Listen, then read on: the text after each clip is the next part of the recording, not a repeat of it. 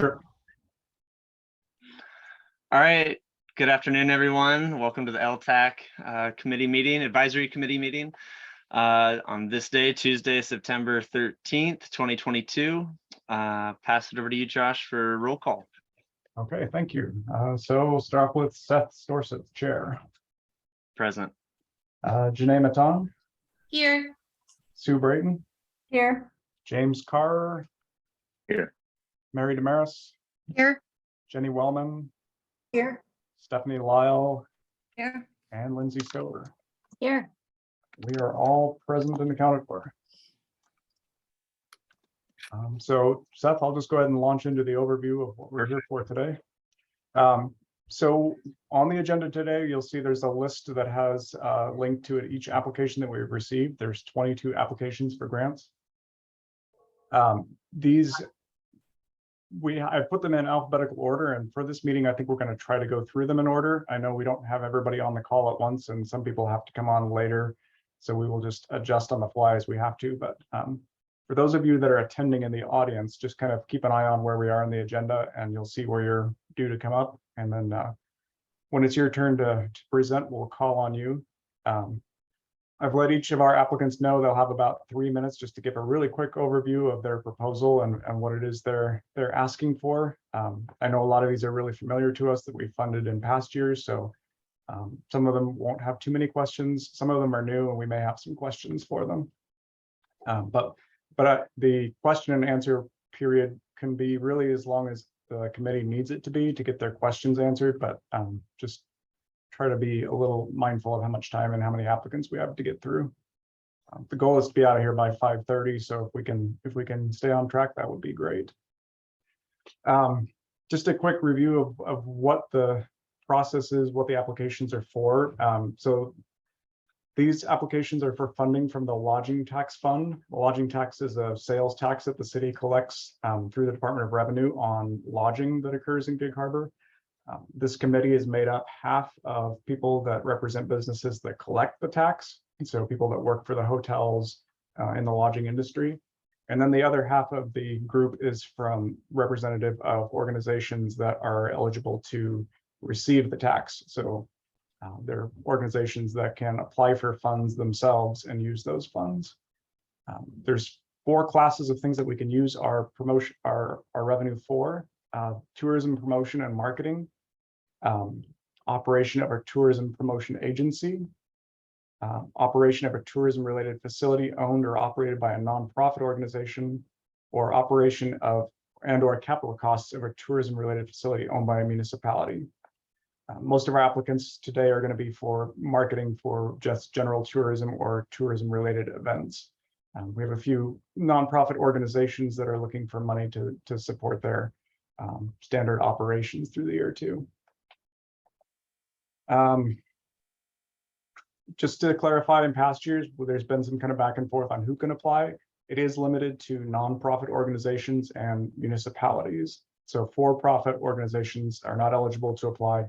And we've sorted those out with our applications. I think we've kind of streamlined that, and everyone has caught on to that process this year, so we haven't had any issues there.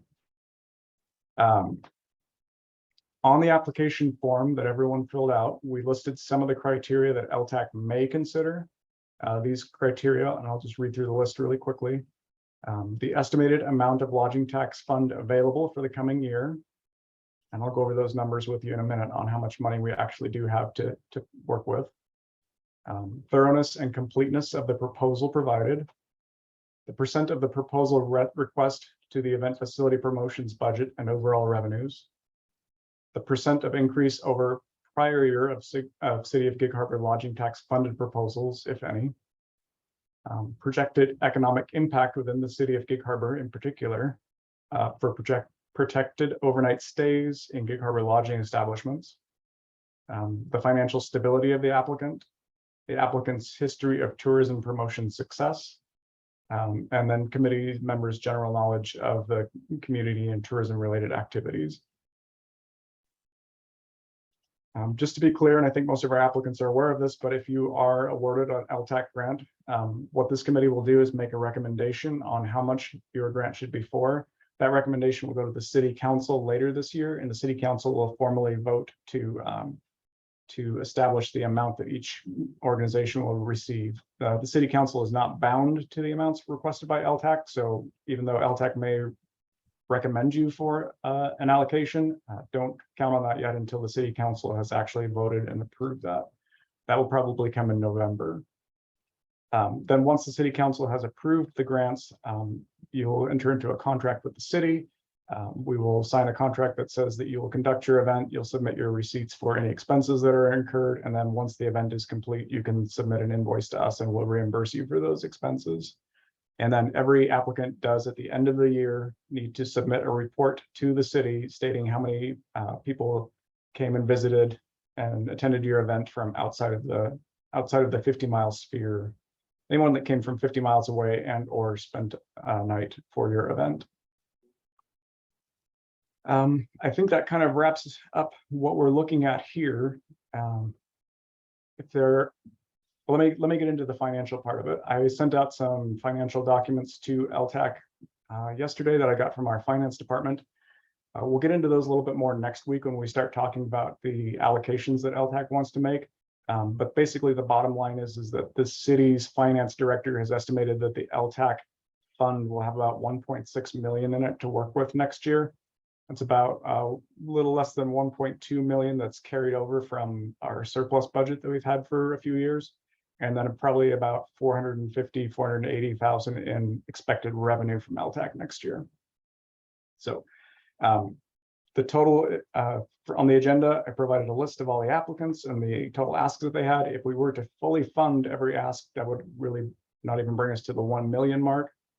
So there is money there to cover what LTAC thinks is appropriate to cover. So we'll talk more about money and allocations at our meeting on Tuesday next week at noon. Our applicants are welcome to attend that meeting as well, but that one will just be for internal discussion with LTAC to basically weigh the merits of the applications and then make their recommendations. This meeting today is just a chance to talk with the applicants and get some more background knowledge and get familiar with the applications that we have. So yeah, that's a lot of talking for me. So if you have any questions about the process before we get into it, I'm happy to answer those now, or we can just start launching into the applicants. Anything from the group? Okay. So the first applicant on our list then is the Asia Pacific Cultural Center. So our attendees out in the audience, if we are ready to review your application, if you can raise your hand to let me know you're there. A lot of you I know, so I'll be able to find you quickly, but some of you I don't know that I've met yet. The Asia Pacific Cultural Center, I'm not sure who's running that one. I see Josh has his hand raised.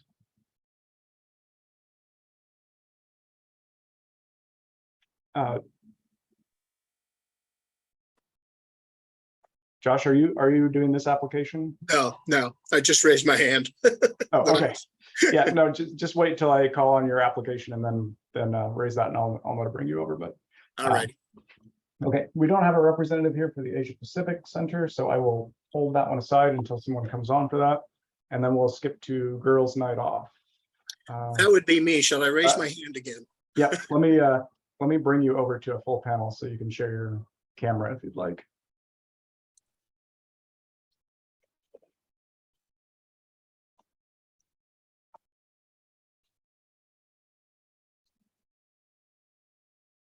All right, looks like we have you over, so go ahead when you're ready. Okay. Oh, there I am. All right.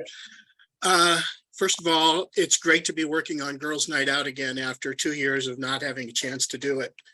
We're very excited. But a little bit of history. In 2014, the Washington State Main Street Program awarded our organization the Excellence on Main Award for Outstanding Promotional Event for our annual Girls Night Out. And now 8 years later, it's by far the largest such event in all of the Washington Main Street communities, and it has a huge impact on downtown business. Nearly 2,000 ladies come down to, as we say, shop and dine from 10 till 9. Girls Night Out provides a fun shopping and dining opportunity for women of all ages in our community and beyond to see and learn all that our downtown has to offer. Many discover businesses they didn't even know existed. And for some, it's a tradition to invite friends or family from out of the area to come and share fun, special memories while supporting our downtown businesses. And it really benefits our businesses. An average of 50 downtown stores and restaurants participate in this event each year. And many will tell you it is among their largest sales day of the year, if not the largest day of the year. We estimate Girls Night Out delivers over $175,000 in sales downtown, not including sales at restaurants, many of whom are very busy during the event. And Girls Night Out also serves as our official kickoff to the holiday shopping season. We promote it throughout the Pacific Northwest using social media, press releases, and word of mouth. And through conversations and zip code surveys that we've given, we estimate about 20% of attendees come from out of town, and that some of those will stay in local accommodations. And we think there's an opportunity working with local hoteliers to create potential packages that would bring in tourists and help in the creation of overnight stays. Girls Night Out provides each business with a huge marketing opportunity to draw ladies to their business, not just on the day of the event, but repeatedly throughout the holiday shopping season and beyond, through special coupon offers, door prizes, in-store events, and complimentary items that have been offered in a big red bag affectionately referred to as the goodie bag. And while the bag is immensely popular, each one contains a coupon book and event guide that communicates all of these opportunities to the ladies. This book is the glue that brings it all together, and it's very costly to produce. And in the past, we've tried to get sponsorships from our businesses to help cover the cost of this book, but we've not been totally successful with that. And so we're requesting some lodging tax dollars to help remove that burden of the cost of the coupon book and event guide so that businesses can focus their outlay of money on creating that great Girls Night Out experience that the ladies have come to expect. That's it. Thanks, Josh. So at this point, if there are any questions from LTAC, just go ahead and launch into them. And if not, we'll move on to the next one.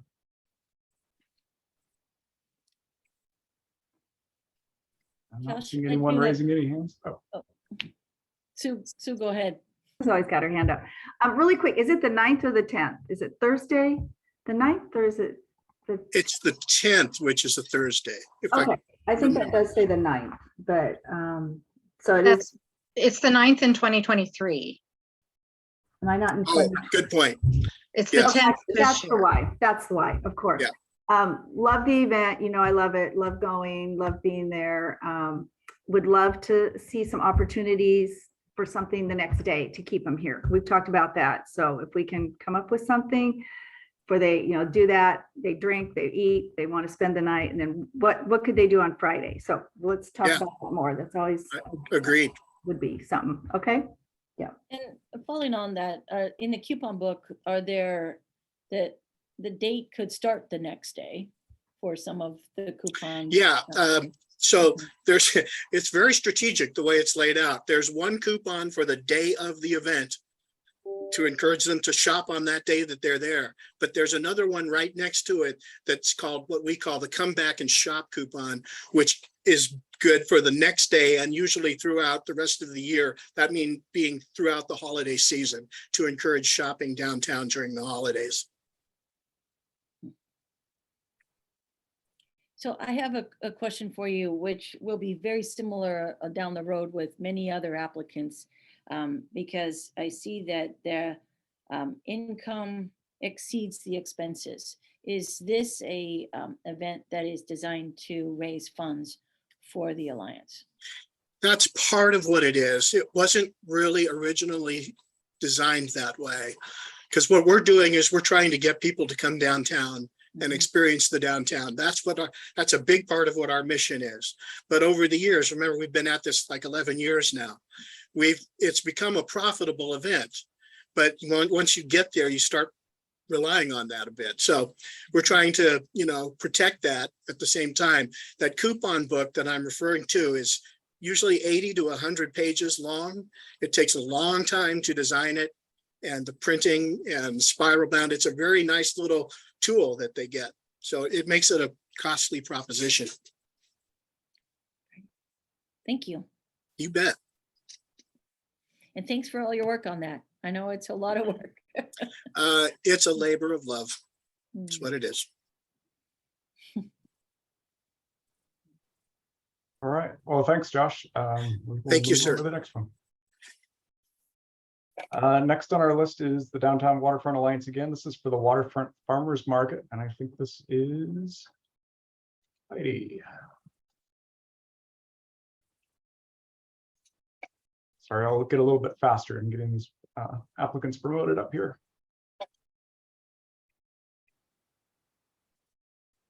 There we go. Good afternoon. Can you guys hear me? Yes. Okay. Go Okay. for it. Okay. So thanks for this opportunity today to talk to you about the Waterfront Farmers Market. Our market is a well-established market.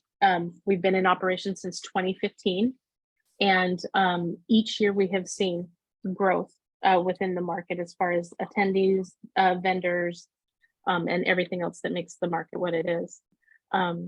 We operate on Thursdays from 1 to 7 p.m. in the heart of downtown at Scansey Brothers Park, June through mid-September. And our market is what's known as a food-centric market. And that means that we follow the guidelines of 85% of our vendors are food or food product, and 15% is compiled artisans, crafters, local nonprofits, volunteers of the week. So we are a very food-oriented market. We also have arts and crafts in there in that 15% as well. And we also offer a like a nonprofit of the week as well for a local nonprofit such as Rotary Kiwanis, Fish Food Bank, things like that. And so one of the truly most beautiful things about the market is its location at Scansey Brothers Park.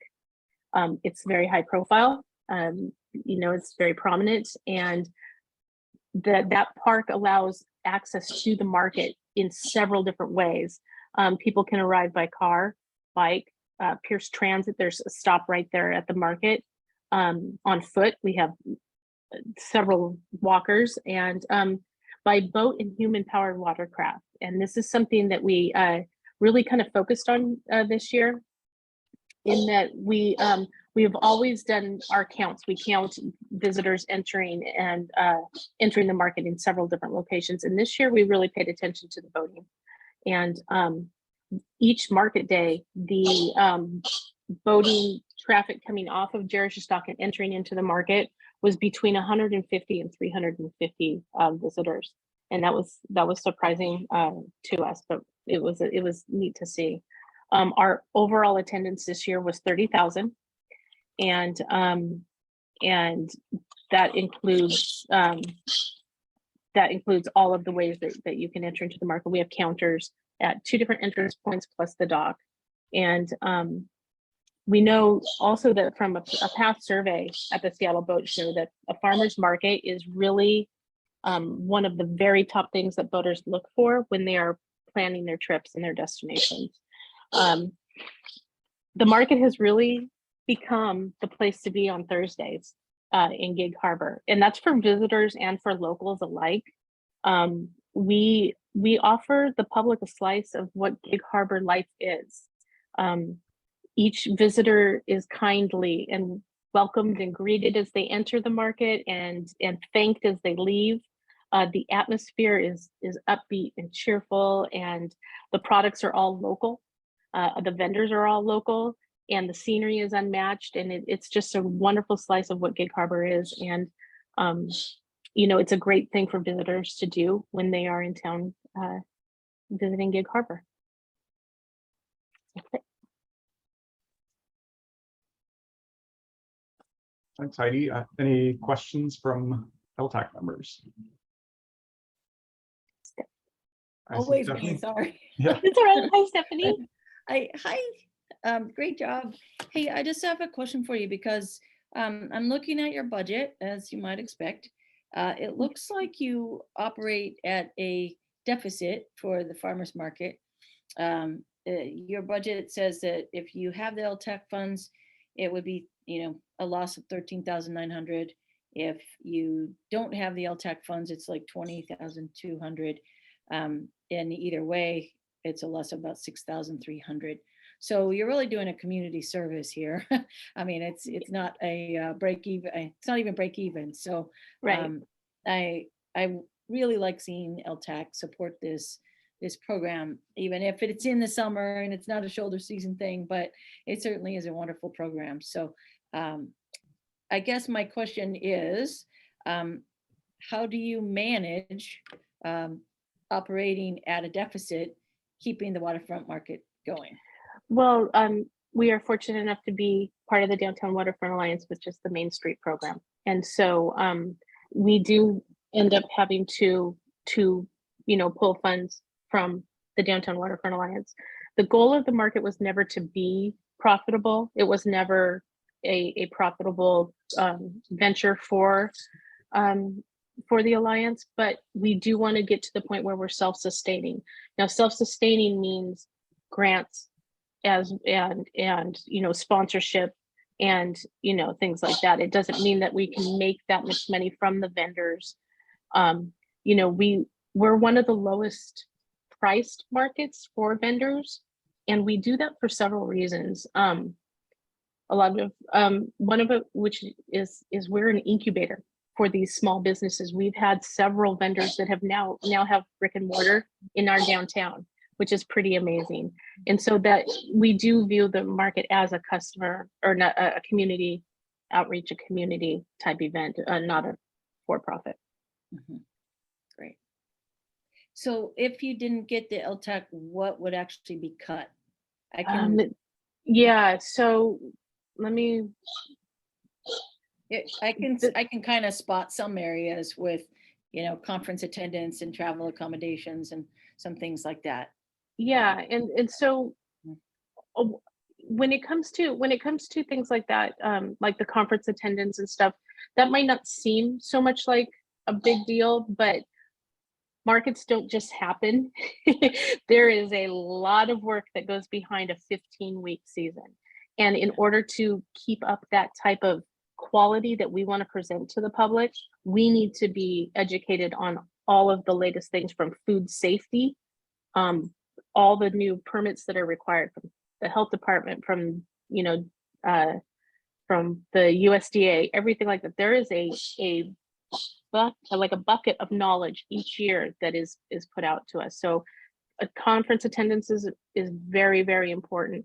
Having an assistant market manager is, I can't even begin to describe what that is. A lot of markets have a full staff. We have the three of us and an assistant market manager. And so that is also something that would have to be looked at, and that would be a big hit not having that. Thank you. Mhm. Anything else? Any other questions? Okay, great. Thanks, Heidi. Thank you, everybody. Just a quick question. Oh, go ahead, James. I don't want to hold this up, but the geographical information regarding the tourists and where they're coming from, there's like almost 17% allocated to out of state. How are you guys tracking this exactly? And that seems like a really good number, but just in terms of outreach outside of the local community, I'm curious how you guys do that. Yeah, so we track it through zip code surveys. And unfortunately, when I was filing this application, we were still in the middle of our season. So I didn't have this season's information. That is from the previous season. But we do zip code surveys, and then we do a lot of marketing is social media. And we're finding that our social media is growing immensely. And we get questions from people from out of town. verifying that we're going to be open because they are going to be in town and things like that. So a lot of communication is happening on social media. We are also part of the Washington State Farmers Market Association, which puts our name out across the entire West Coast for markets that are listed. We are also in the USDA farmers market guides that go out to people, and agritourism and tourism, like for culinary, that is an immensely growing area. And that is one that we have also focused marketing on as well. I hope that answers your question.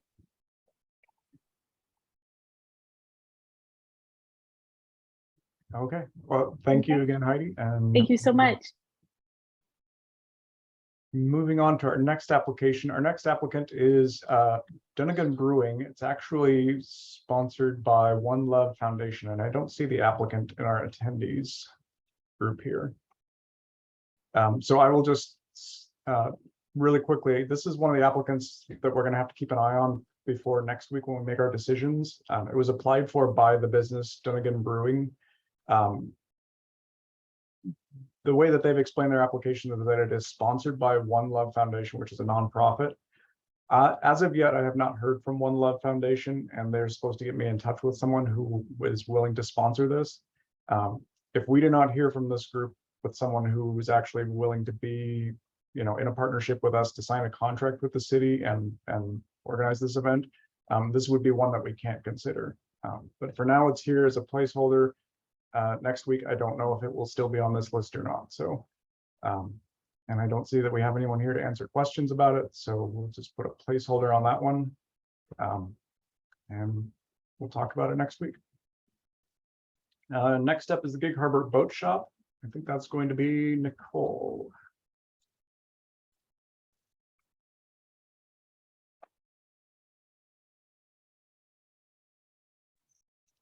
Hi, Nicole, can you hear us okay? I can hear you. Can you hear me? Yep. Okay, perfect. Well, good afternoon, LTAC committee members. My name is Nicole Jones-Vogel. I am the Community Development Director for the Gig Harbor Boat Shop. And on behalf of the Gig Harbor Boat Shop Board of Directors, I wanted to extend our appreciation for all that you do to keep tourism alive in our community. The Gig Harbor Boat Shop remains committed to tourism and the history of a working waterfront here in Gig Harbor. I wanted to take this time to tell you about an international cultural maritime exchange that occurred at the boatyard this summer. In partnership with Maritima Educare, the boat shop hosted the build of a traditional Croatian style boat known as a batana. This boat was built by a Croatian resident and master shipwright with reclaimed lumber, volunteer labor, and invited community participation. We even had a youth day to teach kids in our community how to do various techniques to build a wooden boat.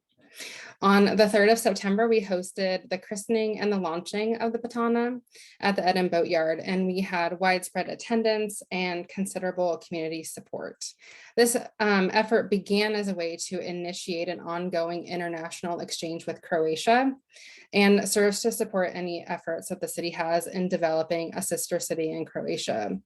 It was quite incredible to see this project start with raw lumber and lofting to a fully functional vessel. As part of this event, the Boatyard House was utilized for the first time since the renovation.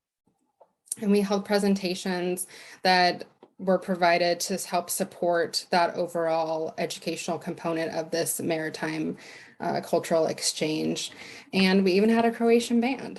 And this is just a recent example of a project, a program, and an event that's been provided by the boat shop. The support from LTAC will help projects similar to Batana and other programs like programs within the Boatyard House, the boat shop livery, programs related to the fishing vessel veteran, family boat building, Tales of the Boat Shop, splicing classes, just as a sample of some of the programs that are offered. This LTAC grant cycle, we have requested operating funds in the amount of $25,000. And this will help the boat shop continue to provide programs and projects similar to the ones that you have, have been described. earlier. So just to reiterate, the mission of the Gig Harbor Boat Shop is to perpetuate working waterfront skills, uses, and traditions at the historic boatyard, at a boatyard, and aboard classic vessels of Puget Sound.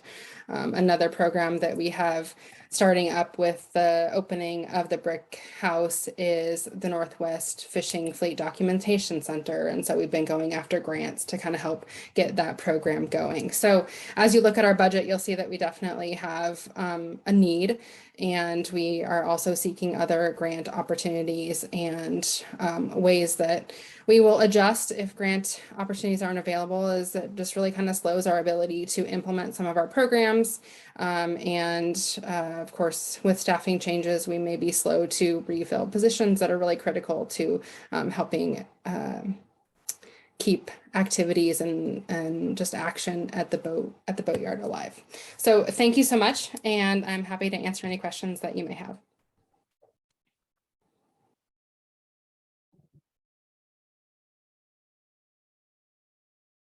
Hi, Nicole, this is Seth.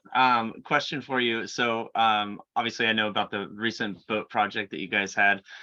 Very cool. I'm sad to have missed the christening before it moved on to Paulsville. I was down there last weekend hoping to sneak in, and it was gone. So I am curious, what are, if maybe off the top of your head, I know we're a little early in the 2023 plan for, you know, what you might have coming, but any significant events that you have for this year coming up that would help us kind of, you know, envision how many people might be coming? Or yeah, so we're about to relaunch Music at the Boatyard, which is a way to bring different members of our community into the boatyard space to teach them about the history and the culture of wooden boat building.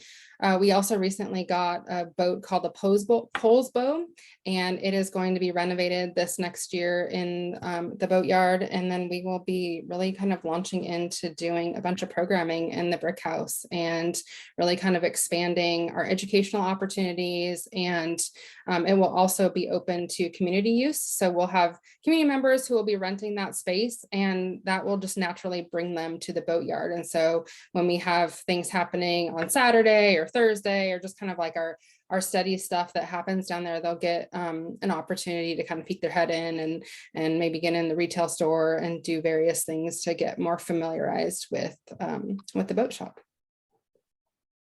Thanks, Nicole. Appreciate you taking that question. I can see that. I was curious about, you know, the addition of the house being a part of your project now, and definitely bringing some, you know, different groups besides yourself, utilizing the space and bringing more people in. So thank you.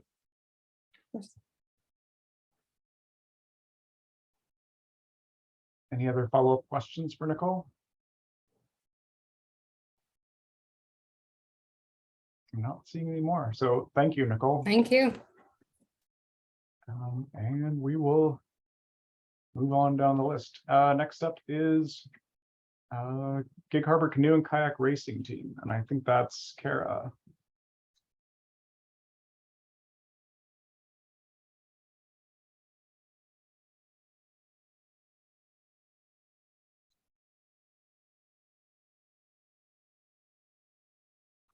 Hi, Kara, can you hear us all right? Or Kara? Yes, it is Kara. Okay. And I apologize if my connection is wonky. I'm in my car. All right.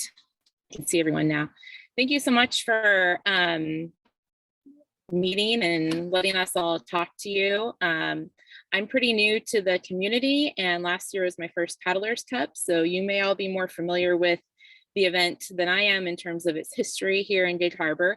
But we were very excited last year, given that we weren't able to do the event in 2021, that we had such great participation for the event. And we had over 100 paddlers that started the race in mass on Saturday morning, which was pretty awesome to see. And then we had some good turnout from the dragon boats on Sunday as well. The Paddlers Cup is really the launch of the regatta season for the Northwest. It typically is at the end of April. highly dependent on the tides and when the Gig Harbor Dragons Club can also participate. They join us with that event in the Sunday component of the event. And so this next year, it'll be April 29th and 30th, the last weekend in April. One of the things that I wanted to share is that we draw from a wide range of areas, and we have a lot of teams that come from Bellingham, Seattle. We have some paddlers that come from Canada. We have some paddlers this last year that came from Montana and Oregon. We would like to increase that spread, increase that reach, because we do think that this is a premier paddling event for the Northwest. We also think it's unique in that, unlike other regattas that are very team focused, this is team and community focused. And so we invite community participation as well. And that is an area that I think that we can do better at communicating and in increasing our participation just from the general public. But this last year we had 2 paddlers participate in Paddlers Cup, Jonas Ecker from Bellingham and Aaron Small from the Seattle team. If you follow kayak and canoe racing, they just took the bronze medal in the U23 World Championships. So it's pretty exciting to see that not only from our own Gig Harbor canoe and kayak racing team, we have great participants, but we also get really high quality participants from the clubs around us as well. And to anticipate some questions about our budget, yes, we do hope that this event will raise more money than we spend. We use that money to help offset the expense of trailering all of the boats to the nationals competition. Also, we just secured our 9th national championship this summer in Ohio. So that was exciting. So the trailering for that costs almost $20,000. So any money that we raise from Paddlers Cup helps offset that cost for the team. And then the other component to the budget is that it's highly weather dependent. As you know, April can be either torrential downpours and cold, or it can be sunny. This last year, all the stars aligned. It was very sunny. It was a great day for people to be downtown. It was one of the first sunny weekends that we had. And so we had a lot of participation, I think, just because people were ready to be out in the sunshine. So if it were a rainy year and forecasted to be rain, I'm not sure that we would see as much participation in terms of the revenue coming in from that. But we would hope that the dedicated paddlers would still be there.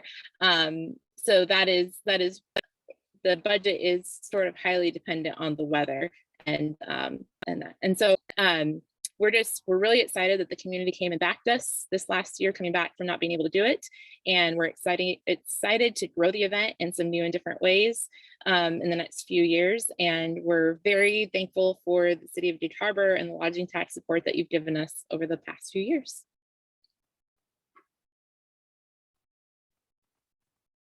Thanks, Kara. Any questions from the group?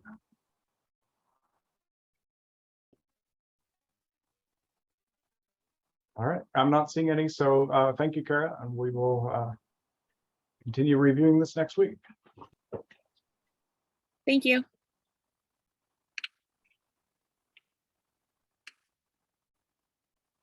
Okay, next up is the Gig Harbor Film Festival. I think that's Pamela.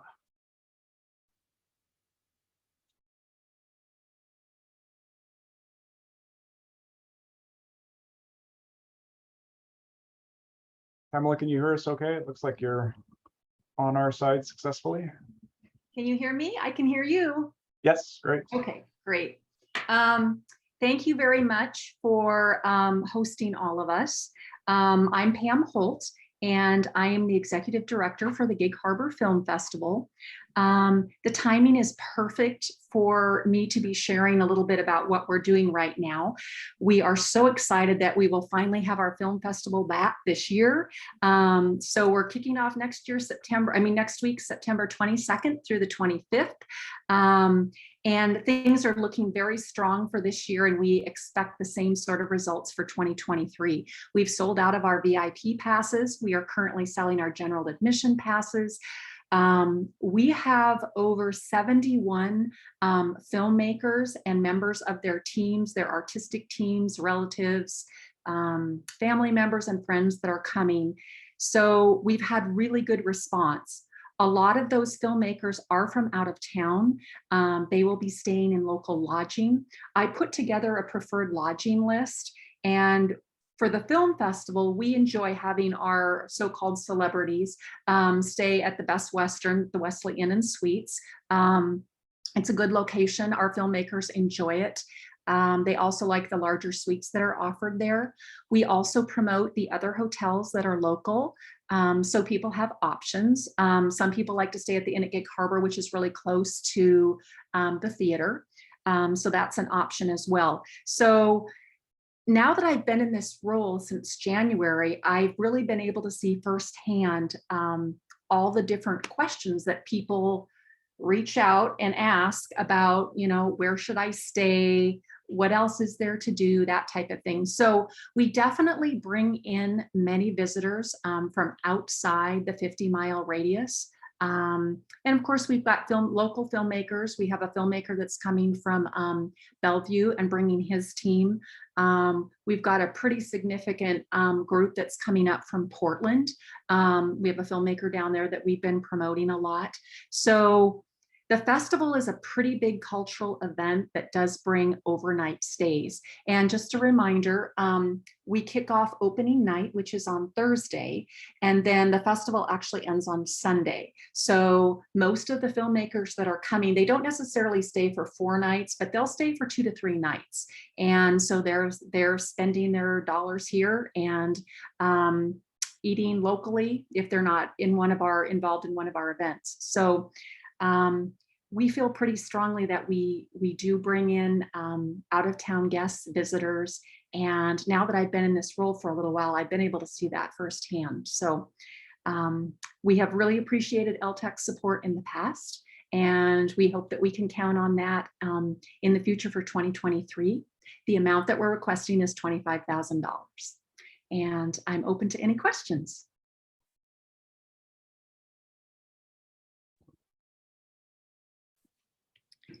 I have a comment. I just want to say I think the film festival is great. And I want to say that I appreciate the clarity of your budget. It's very well done. Thank you. I tried to make it pretty simple and to the point. It's pretty straightforward, and it's comprehensive for the organization. So that was great. Thank you. Yeah. And the filmmakers do go around town. I mean, we had some here that came and discovered the Galloping Gertie film, and they said, oh my God, I'm from New York and I'm from LA, and I've seen this thing 100 times, but I never knew where it was. And so now they have a connection with our local history. So lots of good things happening there. So yes, thank you, Stephanie. I appreciate that feedback. Are there any other questions? Anyone else? Okay, well, thanks, Pam. Okay, great. Thank you for your time. Bye-bye.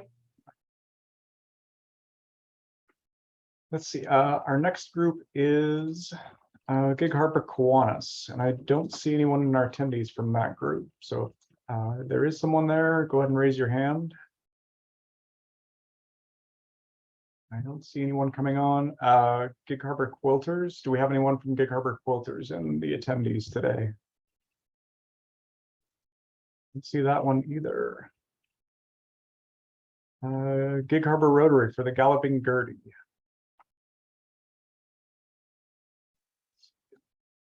Don't see our applicant for that one either. Yeah, Bob Anderson just had his hand up. Oh.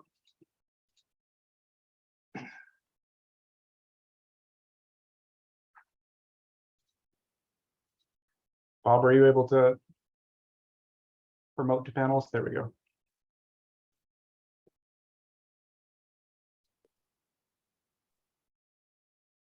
Here I am. Oh, there you go. Galloping Gertie has completed its 12th year. This year was the first year that we received money from your funds, and we're very happy to do that. None of our funds go to supporting our local organization. All of the profits, if you can call them profits, go to supporting children's programs, primarily communities and schools, children's home society, and food bank for kids on Key Peninsula. We have been supporting and in fact even supported them when we weren't able to hold a physical marathon, half marathon during the pandemic. So we're trying to come back and recoup from the pandemic losses this year and next year. We have our marathon this year was just completed August 6th. Next year it will be August 5th. It's has numbers of about 600 runners of half marathon, 10K and 5K. They very often come with families. They are coming, only about 15% are coming from Gig Harbor. They have represented 100 of them, about 100 of them are from out of state, including 3 countries. And the event also includes 150 volunteers who assist with the program. We've been very pleased with the response this year and last year, and we're eager to get ahead of the boat for the coming year.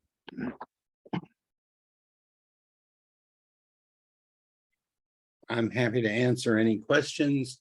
It's a typical run. We charge to enter, and we also have some sponsors. We seek sponsors from the community.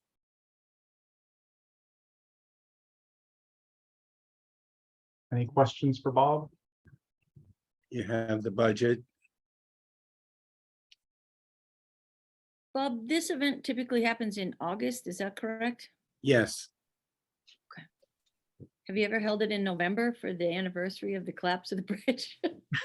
We haven't. We could think about that, but we never have. It's just way before I was part of the Rotary Club. The dates were basically set, and I think a lot of people plug it into their calendars early.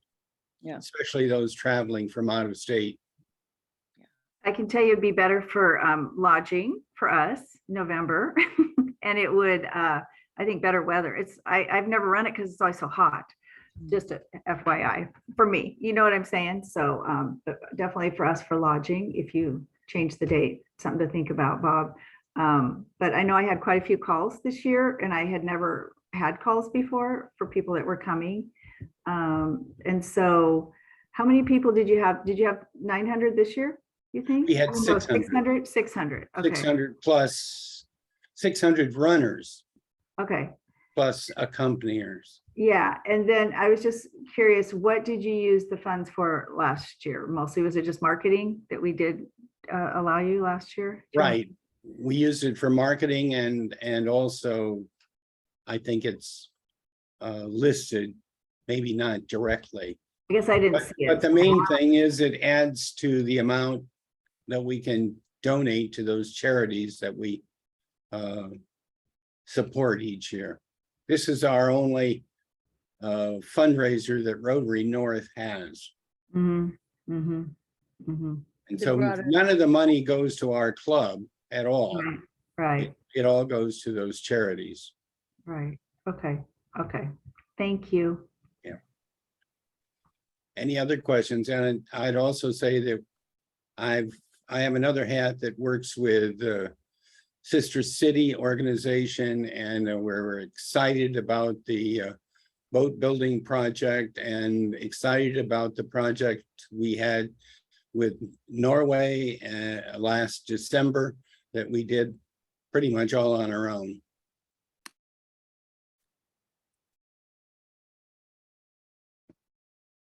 All right, I don't see any other questions for Bob, so thanks, Bob. Thanks for coming on. Thank you. Our next application is for Gig Harbor Senior Center for Shamrock in the Harbor. I see we have some folks on from Greater Gig Harbor Foundation. Are any of you doing this one?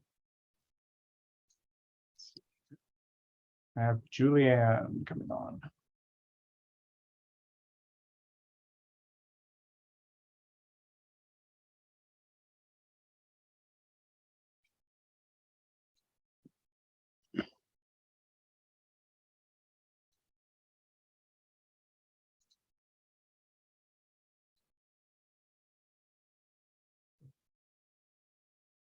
Hi, Julianne, everyone. you- So that was the whole experience.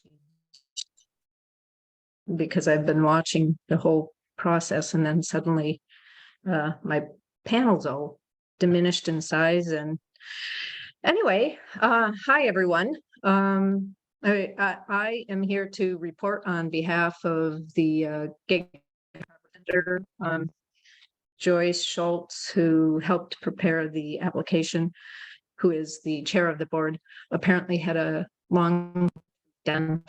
So I'm here. And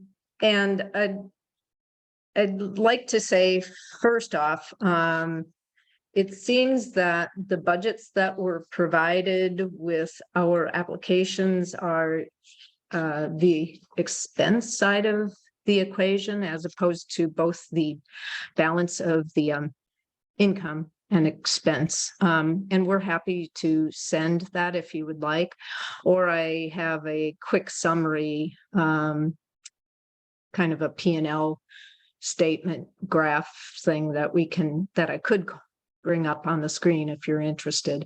But basically, this application is for our second Shamrock in the Harbor run. The first year was last year.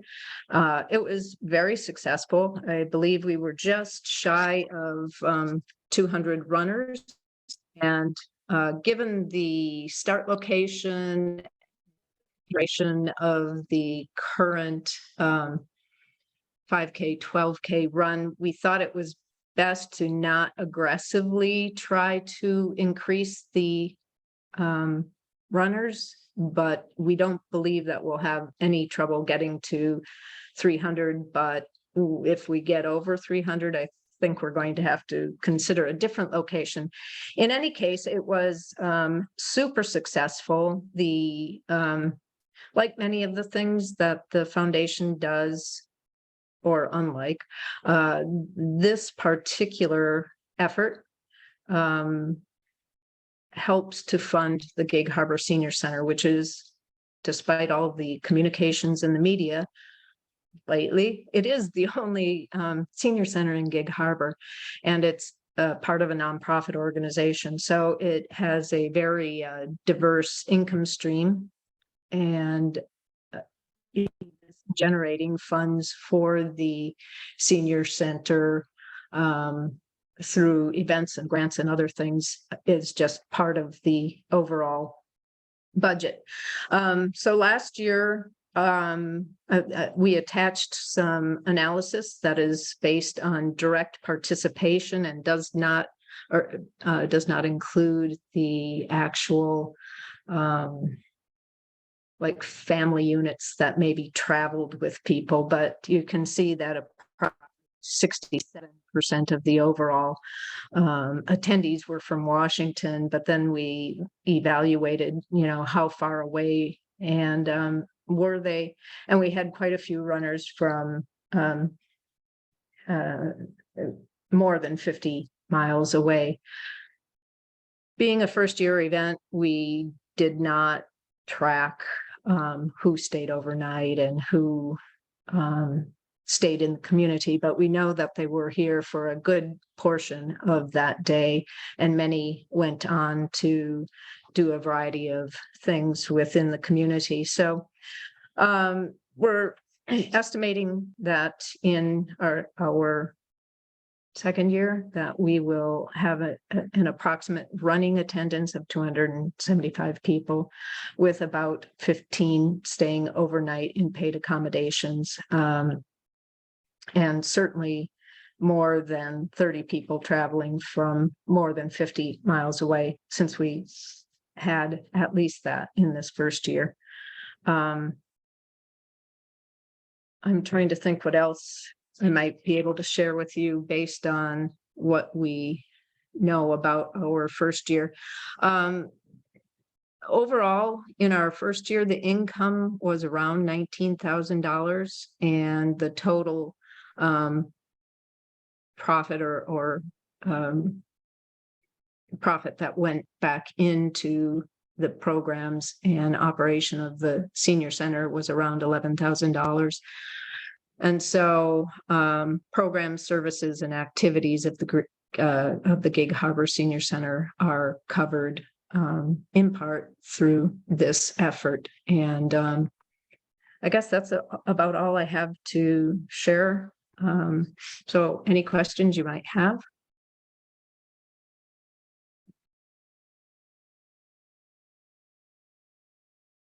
Any questions?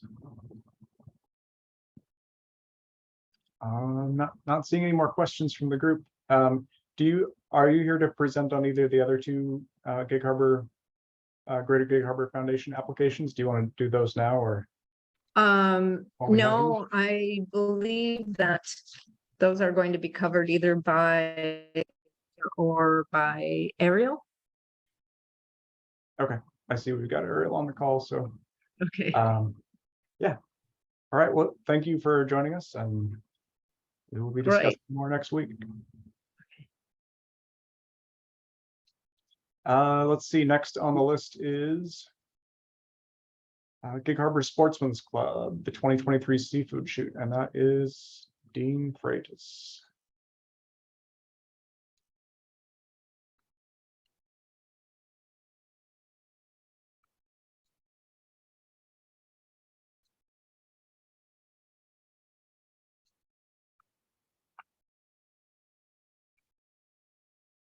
Dean, can you hear us okay? Are you able to unmute yourself? How about that? Is that for some reason it disjoined me temporarily? Yeah. Hi, everybody. My name is Dean Freitas. I am the grants coordinator for the Gig Harbor Sportsman's Club. I'm also proud to say I'm a range master at the Rifle Pistol Range and all shooting venues. And we're asking your support for our annual seafood shoot. And what that is that it's a PETA, a Pacific International Trap Shooters Association major trap shoot. This event is held on multiple locations throughout the Pacific Northwest, from Washington down to northern Oregon. It is a 3-day shoot, and we have approximately 100 people who arrive and show up for a 3-day shoot. It is like I said, it's a major shoot, and what with COVID and the gas prices, a lot of people haven't been hitting what they call major shoot. They're registered targets, and they vie for awards and championships within the Pacific International Trap Shooters Association. And this is a major, and it's very important that they show up and make major target hits, if you will. And this is one of those. Our venue, Gig Harbor Sportsman's Club, is the most well-attended shooting venue on this day for this event. Approximately 100 people will be shooting throughout the 3-day event, and they bring their families with them, non-shooting family, who go out and enjoy what the beautiful downtown Gig Harbor has to offer. And we are asking your support because it isn't always a profitable situation for us. If you had a chance to look at our budget, you'll see that our request for $5,000 pays helps us overcome expenses. I might also add that not included are those expenses are the opportunity costs that we have in holding this event. Primarily what I mean by that is that to be good neighbors to our literal neighbors in the area. And we know we're going to have an extended shoot. We're going to make a lot of noise on this 3-day shoot weekend. We actually shut down our other shooting venues the weekend before, trying to be good neighbors to the neighbors in the neighborhood. Additionally, those other shooting venues, the rifle pistol range, the 5-stand range, and the archery range, will close the weekend of the PETA shoot, and we will lose all those revenues in support of this, so that we can actually hold this trap shoot and make room for the people who are going to be in attendance. This is our second year to apply for a LTCA grant, and we're coming up on the event at the end of this month. We're looking forward to putting out a questionnaire, a voluntary and anonymous questionnaire to our participants, so that we can more accurately provide information to LTAC as regards exactly how many people show up to these events and where they stay. Right now, we're relying on our two co-chairpersons' inputs and information that they have garnered over the decades of holding this shoot. With that, we're certainly able to answer your questions should you have any. And once again, we appreciate your support and time dedicated to this effort. Thank you so much. Any questions I might answer? Of course. So Dean, thanks for being here. I just have a question about your projected expenses for the event. One of the things, of course, that LTAC can pay for is marketing expenses. And I see that promotion and advertising is only $50 on the budget. Can you expand on that a little bit? You bet. The marketing on these is help. Let me start over. We are the host location for the PETA shoot. Okay, like I said, there are many other PETA shoots held throughout the Pacific Northwest on the same day. Okay, PETA is being the organization that controls the shoot. They do most of that. They have publications, they have flyers. That is their bailiwick, if you will. Once again, we are the host organization. We keep our trap houses up and running, but they control the rules, the regulations, and most, if not all, of the marketing. But you're right, that's a little shocking to see it that small. I can understand the question. Thank you. You bet. Do you have a registration process for participants so that you know where they're coming from? We don't have one. Let me rephrase. We haven't had one in the past. What we're going to do is I have already written a questionnaire that will be handed out at the time that people show up at the Gig Harbor Sportsman's Club to sign up for shooting. It's going to be voluntary and anonymous. If we don't have, say, 100% participation in that questionnaire, we will once again rely on our event co-chairs to provide information in addition to the questionnaire. We want to be as accurate as we possibly can. And quite frankly, our questionnaire is going to look an awful lot like paragraph 2 of the application, where it says number of attending. Did you attend overnight and paid accommodations? That'll be a question on the questionnaire. Okay. Okay. Thank you. You bet. Thank you. Thank you for your time. I know time is valuable. Thank you for your time. Okay, thank you. At this point in our review here, I know we have a number of people in our attendees group, and I know we're going to be pushing up to our 5:30 limit. Are there any presenters that can't stay with us until 5:30? I know Lindsay with Harbor Wild Watch, I know you've got to be off the call by 5. So I just want to make sure we get everybody a chance to present in case you're not able to stay till the end. So I think at that, I'm not seeing anybody else raising their hands, so we'll go ahead and let Lindsay go next with Harbor Wild Watch, and then we'll resume going down the agenda. Thank you, Josh. I appreciate it. I have a booth over at the business after hours for the chamber right next door here at 5 o'clock. So thanks for letting me go next. So Harbor Wild Watch's application is for support of the operations of the Scansey Visitor and Interpretive Center in 2023. As all of you know, we partnered with the city back in 2014 to operate this tourism facility. And really our goals are twofold: to provide tourists with information to help them plan and enhance their visit to Gig Harbor, and two, to educate and entertain them with our unique marine themed exhibits, which are anchored by 150 gallons of marine aquaria with live animals right from Gig Harbor Bay. So over the years, we have seen a steady increase in the visitors with a peak in 2019 of nearly 13,000. It was 12,800, I believe. We definitely are in a rebuilding phase right now because we were closed for most of 2020. We had about 305 visitors, and then we were open for 6 months in 2021, had 5,000 visitors, and I'm happy to report that we are over 5,000 visitors already for 2022. So we really expect to be back to kind of pre-pandemic levels for visitors in 2023. The biggest change for our application from this year compared to years prior is the amount. And that is simply because it is becoming increasingly more expensive to operate the interpretive center. And that's primarily related to the fact that we do not have the number of volunteers we had prior to the pandemic. It's something that's happening a lot with other nonprofit organizations, not just in Gig Harbor, but nationwide. We had 20 volunteers in 2019 and a volunteer coordinator, and we have 3 right now.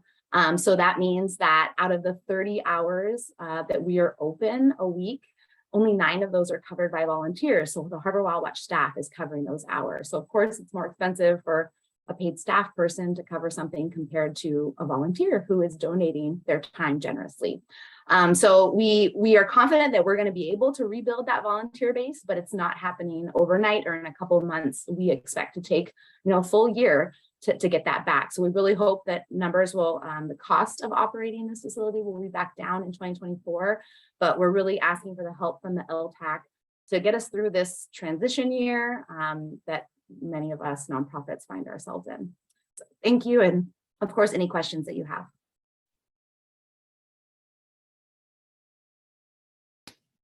Can you outline the hours that the visitor center is currently open? Yeah, so April through September, we are open Wednesday through Sunday from 10 to 4. And then October through March, we take Sunday off. So it's Wednesday through, technically in our contract, it says Thursday through Saturday, but because we as a staff are here, we also stay open on Wednesdays, even in the winter months. Thank you.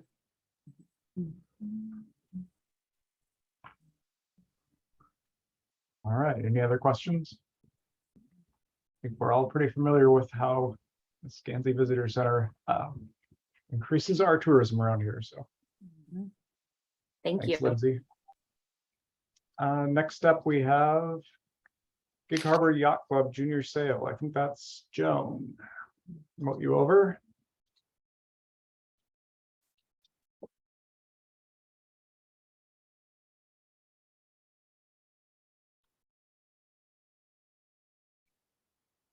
Joan, are you able to hear me? Can we hear you?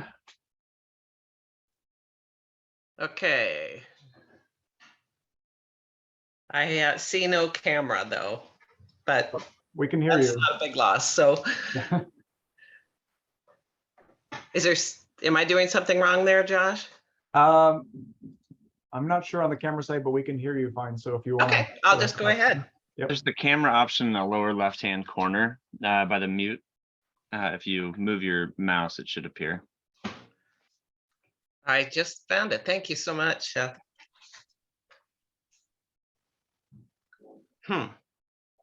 What's happening? We can see you, we can hear you. Oh, no.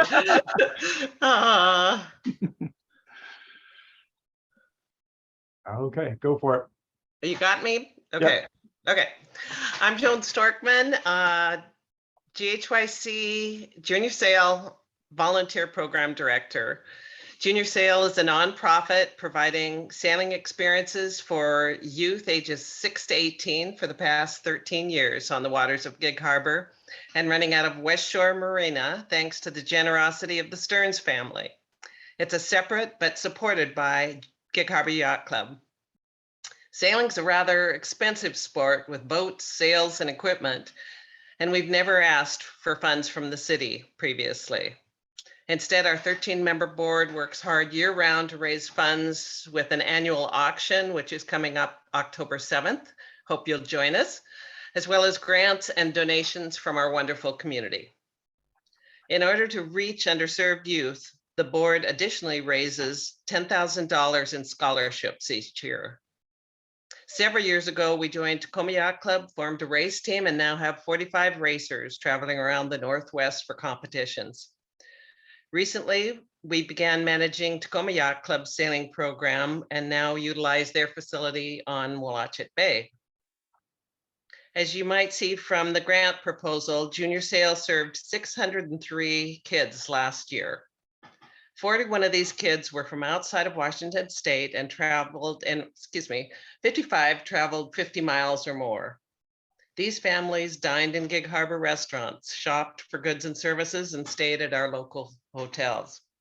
After enjoying the beautiful harbor and returning home, many surely passed the word on about the sights and scenes they enjoyed here in Gig Harbor. Junior Sail is requesting LTAC funds in 2 areas, marketing and operations, for 3 purposes. Number 1, working with Peninsula schools to introduce youth to sailing by having a free sailing day. Second, to partner with Harbor Wild Watch and Lindsay and her staff so our kids ages 6 to 8 can learn about the marine environment as we've done before. And last, to continue to provide scholarships for underserved youth. A parent recently sent us this statement. It's not an exaggeration to say that Junior Sail saved my daughter's mental health coming out of COVID. After a year at home, she was scared to leave the house. We nudged her to try sail camp last summer, and though terrified, she managed to do it and loved it. Then she joined the race team. In a world where tween and teens struggle to find their identities, she has found a community of like-minded kids who are outside the mainstream, while also learning about teamwork, physics, and the environment. Thanks so much to LTAC for your support of many wonderful programs and events in our special Gig Harbor community. Any questions?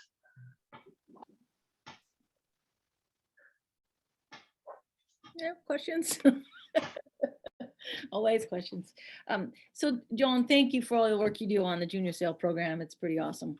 And I do know that when there's a kid in a family that likes to sail, the families definitely go where they go and stay where they stay. So, but as far as the budget goes, my biggest question is that it looks like, and I may be misinterpreting this, but it looks like you're asking for 100% of the program cost from LTAC, because I'm not seeing like a income and expense sheet here. Oh, okay. We didn't understand that we needed to submit that, but we certainly can do so. I'm sorry about that. This is our first time before LTAC. Yeah. Well, and it just helps us understand the percentage of the budget. So say if your budget is $50,000 to run sail camp for the summer, but you're asking for 19.5, what is that percentage? It just helps us better understand what the real needs are. I absolutely understand that and apologize for not presenting that. Can you give us a ballpark of? And you know, my strength is not numbers. I can barely remember how many grandkids I have. So I apologize. I don't have even a ballpark figure for you. Joan, if you can send that to me later, I can get that to the group or have. I will do that. Is Yeah. that Josh? Yep. Okay. Great. I thought it was, I liked seeing all the numbers of where kids in the program came from. That was very helpful also. Thank you for Great. doing that. Thank you. Anything else? Any other questions? Thank you, and I'll get that to you, Josh. Okay, great. Thanks, Joan. Uh-huh. All right, next application is from Greater Gig Harbor Foundation for the Rattle Them Bones. I believe that's Ariel.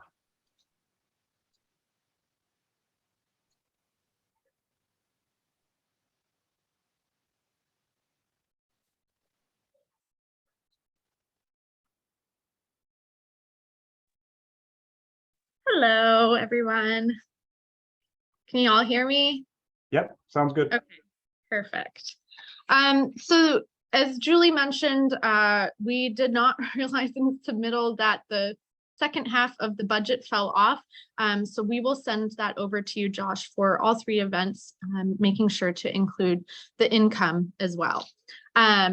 So this particular event is it's called the Rattle Them Bones bike ride and costume contest. And it's a Halloween themed bike ride for cyclists of all ages and skill level, from families with little kids to avid cyclists wanting to tackle the longer bike rides.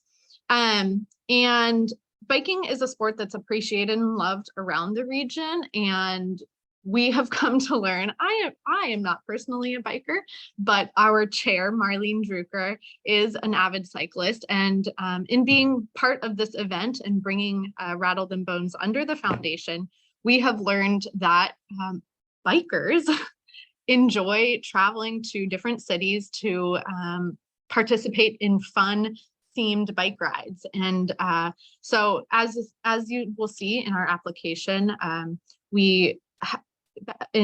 based on the numbers from 2021, we had about 50 attendees traveling from more than 50 miles away for this event. And in working with the community businesses, we also have a program or a portion of the event that's called Show Your Bib, in which we work with local businesses to provide some sort of offer to the participants of the bike ride, whether it's like a free drip coffee from Kimball Drive or something. All the participants have to do is they bring their bib into the business, show it to the business, and they get whatever promo or deal we have discussed with that particular business. And not only does this obviously help generate some business to our community, but it's not just on the day of the event. It runs for a week post event. So it really encourages those visits to our local community over not just one day, but 7 days.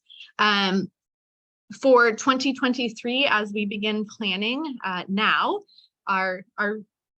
this year for 2022 will be our third year of the event. 2023 will be the fourth year. And we will, as we begin the planning process, we will be working to provide attendees with preferred hotels and places to stay once we get to that point in time. So if anybody has any questions. It's me again, sorry. So just to clarify, on your budget sheet, it did say that the project expense was 4,503. Is that correct? Okay. Yes. And our income, our gross income is about 1,600 or 16,000. Okay.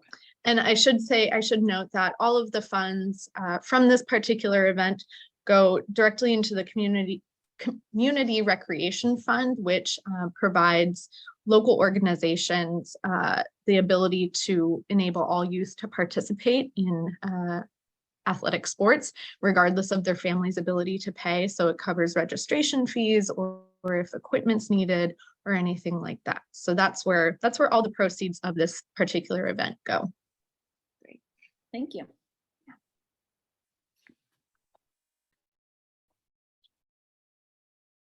Any other follow-up questions? Ariel, are you going to tackle our next application for the Summer SIPS program too? I am. Okay, go for it. Okay, so this event is very different. It is drinking centric, tasting centric. We're just here to taste. But the Summer Sips event came from our largest event that the foundation does, which is Cider Swig. And after our last 2 years of not really being able to host a full festival for Cider Swig, we really wanted to ensure that we were still able to provide the grant funds to environmental organizations that receive the funding through the proceeds that come from Cider Swig. And so because of that, and wanting to make sure that we were still able to make impactful grants to organizations, we launched a summer event in addition to just Cider Swig, which falls at the end of September.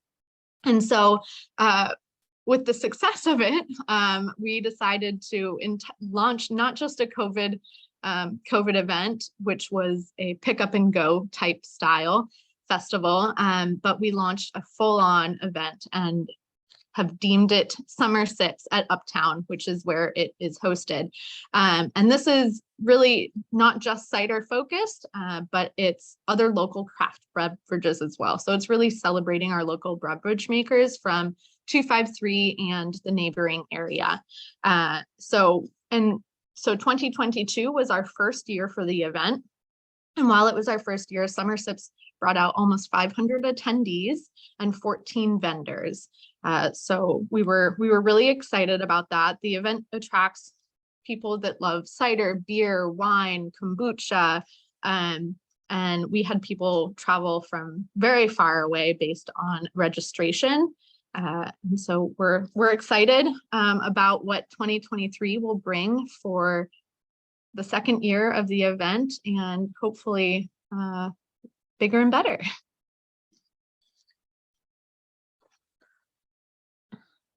Any questions? Is it always in July? I can't remember the date. When Yes, is it will be. It will be. July. Continue to be at the beginning of July. Yes. Okay, thank you. Yeah, we like to pick weekends and just stick with it for continue future. And we did run, one of our board members did run a economic impact assessment based on the number of attendees and the number of businesses that are involved. The businesses right there directly in Uptown. And from the 1-day 6-hour event, we do estimate that over 300,000 in generated indirect and direct income benefits Gig Harbor businesses. So that's what I have. So are you still going to do the cider swig? We are, yes. Okay. And that always falls on the last Saturday in September. Got it. Thank you. Yeah. Thank you, everyone. Well, thank you, Ariel. Yeah. Next up on our list is the Harbor History Museum. Stephanie, that's you. So I guess we'll have fewer follow-up questions.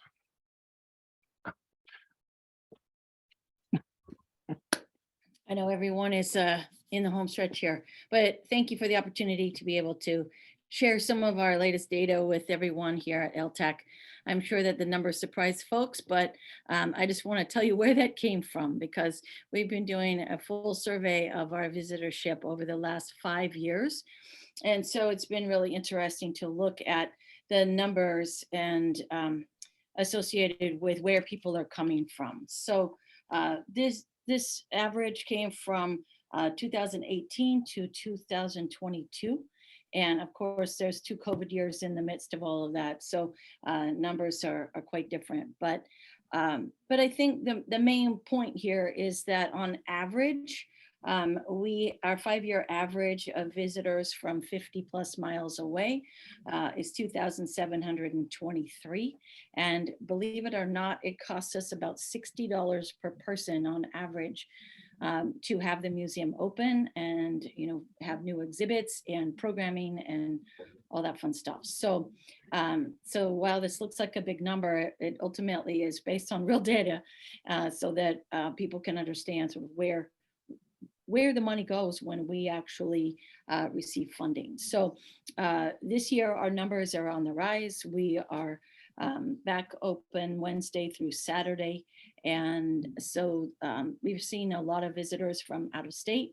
And it's really interesting to see where people are coming from and what they are doing in terms of their participation here at the museum. So just to give you some sense of what that looks like, our annual budget is reflected in all of the budget documents.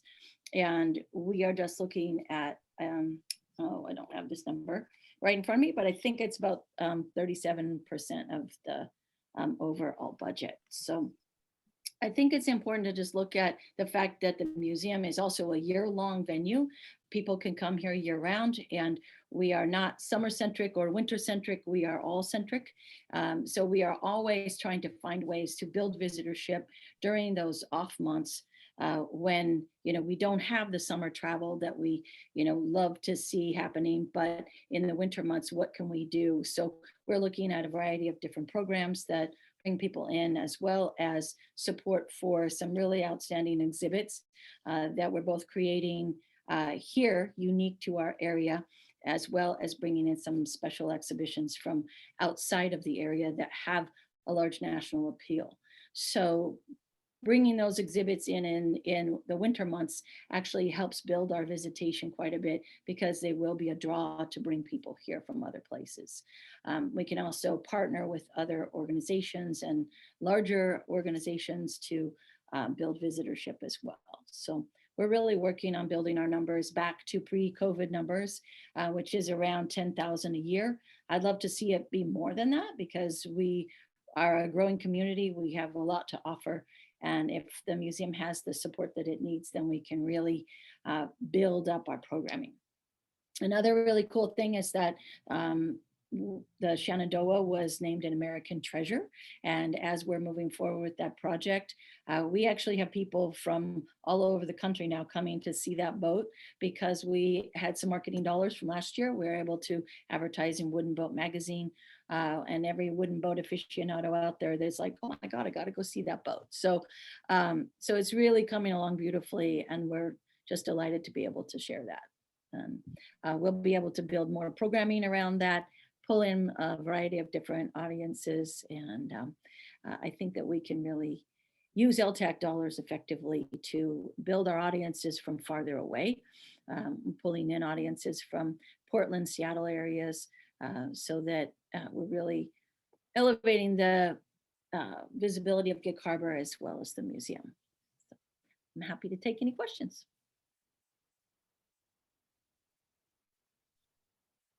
Stephanie, I'll hit you with questions. Go. Okay. I'm not going to let you get off that easy. You've been asking everybody else. So obviously this is a large request in here, and I am curious, and I don't have the history on this, being first year council member, but curious what you asked for in the past. And then, obviously it's a concern when you see the gap in, in operating, to see a gap like that and not knowing where we'll all end up, on this. But I guess, we've seen your forecast there and budget. I would be curious what other things you're doing to try to fill that gap, other fundraising events, to draw more people in and become more sustainable. Right.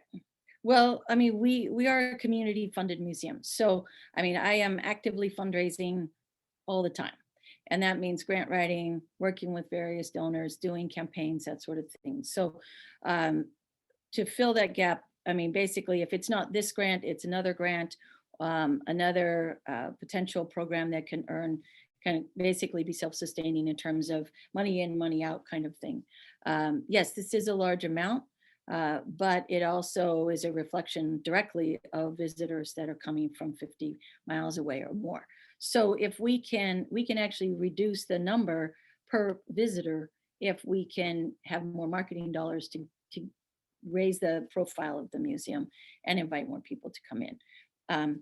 Specifically to your question, I go to a variety of funding sources, from doing our annual fundraising ask to various grant programs, to earned income sources like our facility rentals, image licensing, the museum store, donations, all of those things help fill that gap. And the more visitors we have, the more potential we have for donations too. So it's kind of a hamster wheel. I'll be very, very honest. We're on a constant hamster wheel of fundraising. And so we look for support wherever we can in order to make sure that we can continue to provide the services that we feel are essential to our community. Thank you, Stephanie. Stephanie, so when you say, it just floors me, $68 per visitor. So is that average for a museum? Like, that's insane. Okay. Yeah, I mean, if we had 100,000 visitors and we had the same budget, obviously that'd be a lot less per visitor. I was actually shocked when I ran these numbers. So when I have, there's an average, it goes from, you know, say in 2022, right now, our current average is about $59.36, but that's going to go down with the more visitors that we have over the course of the year. But on average over the last 5 years, because the highest was during 2020 when we were closed for COVID, it cost us $143 per visitor that year. And we worked our little heinies off getting PPP funds and all sorts of supplemental funds so that we could keep the doors open. And we chose to do that where other museums across the state were closed. So we worked really hard to be open as much as we could be during that time. So, and then of course, the lowest amount so far on that average scale was in 2019 was $35.98 or $36 per person. So you might think that it costs us what admission is to have the doors open, but there's a lot of other things happening behind the scenes in terms of facility maintenance, HVAC care, even painting the building to, you know, exhibit development and all that stuff. So it's a lot more than one might think. I was actually really surprised by the numbers myself. Well, yeah, that's way, to me, it's way like, what? How does that even make sense? So anyway, because do you feel like people come back? How often does a person come back to the museum? Once a year? I mean, and you know, we try to send people down there, but does the average person go to a museum once a year? I don't even, I'm Well, sure. part of the reasoning behind the partnership with the city for providing free admission was to encourage our local people to come back as often as they wanted to. The goal is that our local history is accessible and that people feel like this is a place where they are welcome and that they can come down. If they just want to come show their friend the collapse of the Narrows Bridge film, they can come down anytime they want to. So it's important to be able to be that facility. And, you know, it's just expensive. Very. Stephanie, how many people does the museum employ? We have 7 people on staff, one of which is full-time. Is that you? You're full-time? No. Yep. Yeah. Okay. And then is the store separate? I was just seeing that you rent. Okay. They just, where did I see the store on the budget? What does it say? Store. Yeah, there's museum store income and then cost of goods. So. Okay. I thought I saw something else. But it's run by the museum directly. Oh, door store rental. That's what it is. Oh, yeah. That's a property adjacent. It's another building on our property that we rent out. Gotcha. That's what I was seeing. Okay. Okay. Wow. Wow. Wow. Wow. Yeah. Okay. Thank you. Okay. Well, thank you, Stephanie. And we will move on to Peninsula Art League. They have 2 events, and I think Colette is here to talk to us about those.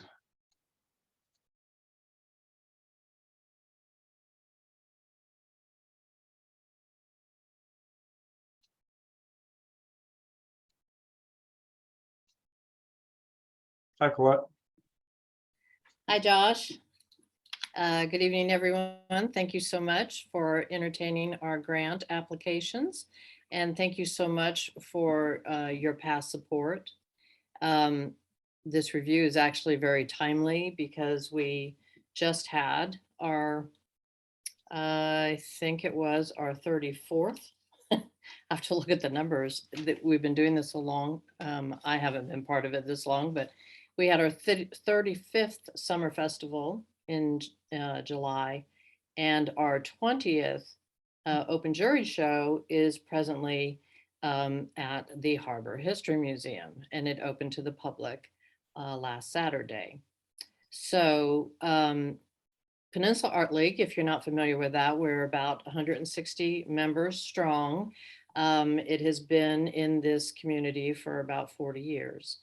And the Summer Festival and the Open Jury Show are basically the jewels in its crown.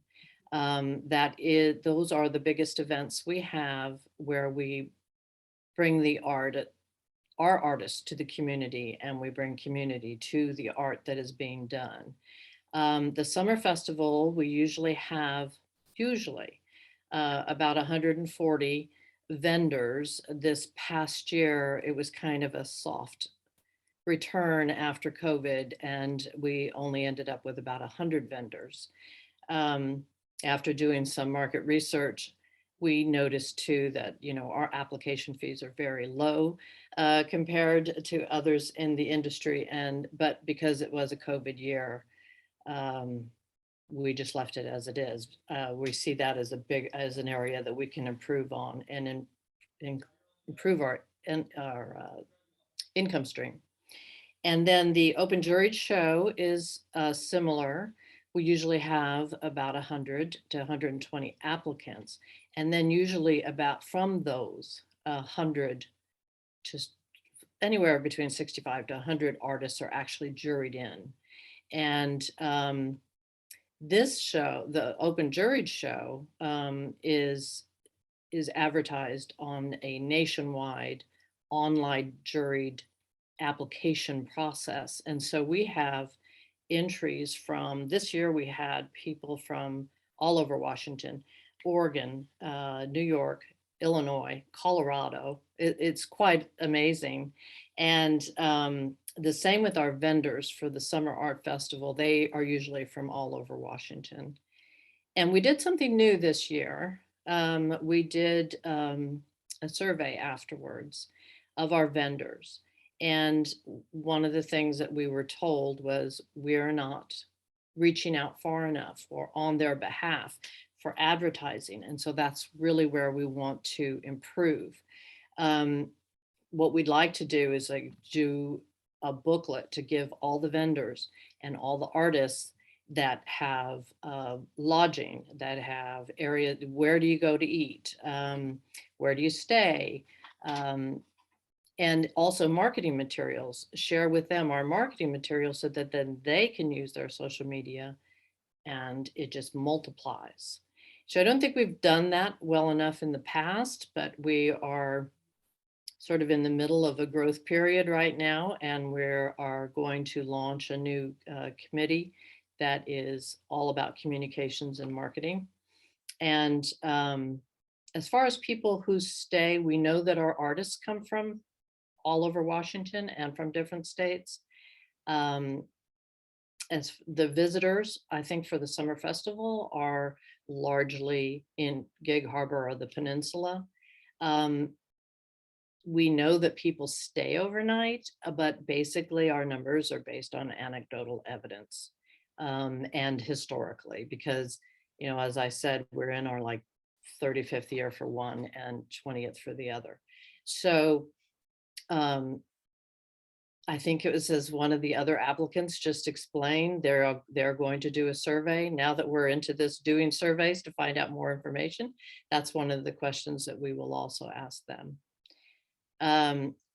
So for next year, our festival is July 15th and 16th, and our open jury show, hopefully we'll be back at the Harbor History Museum again.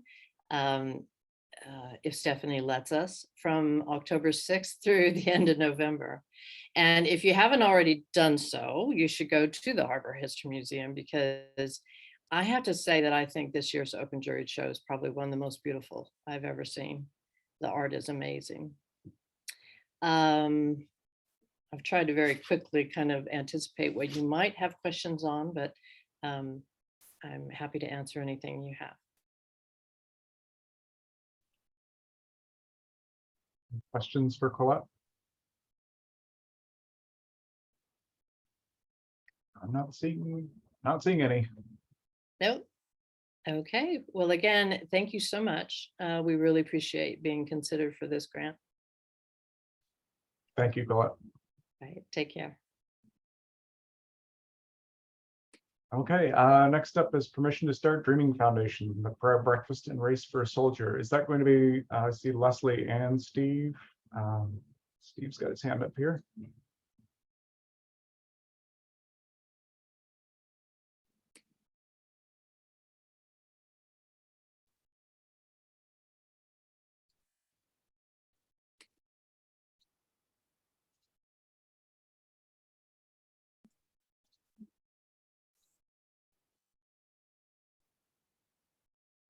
Hello. Hi, Steve.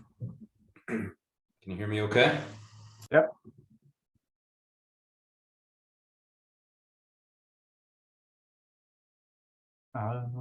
See, I think you're muted there. Hello, Great. can you hear me okay? Yes, Yep. now, yeah. I'm not sure why this is. Can you hear me okay? Yes, There we are. You're coming through fine. Fine. Just got the recording in progress. So obviously the mic is working.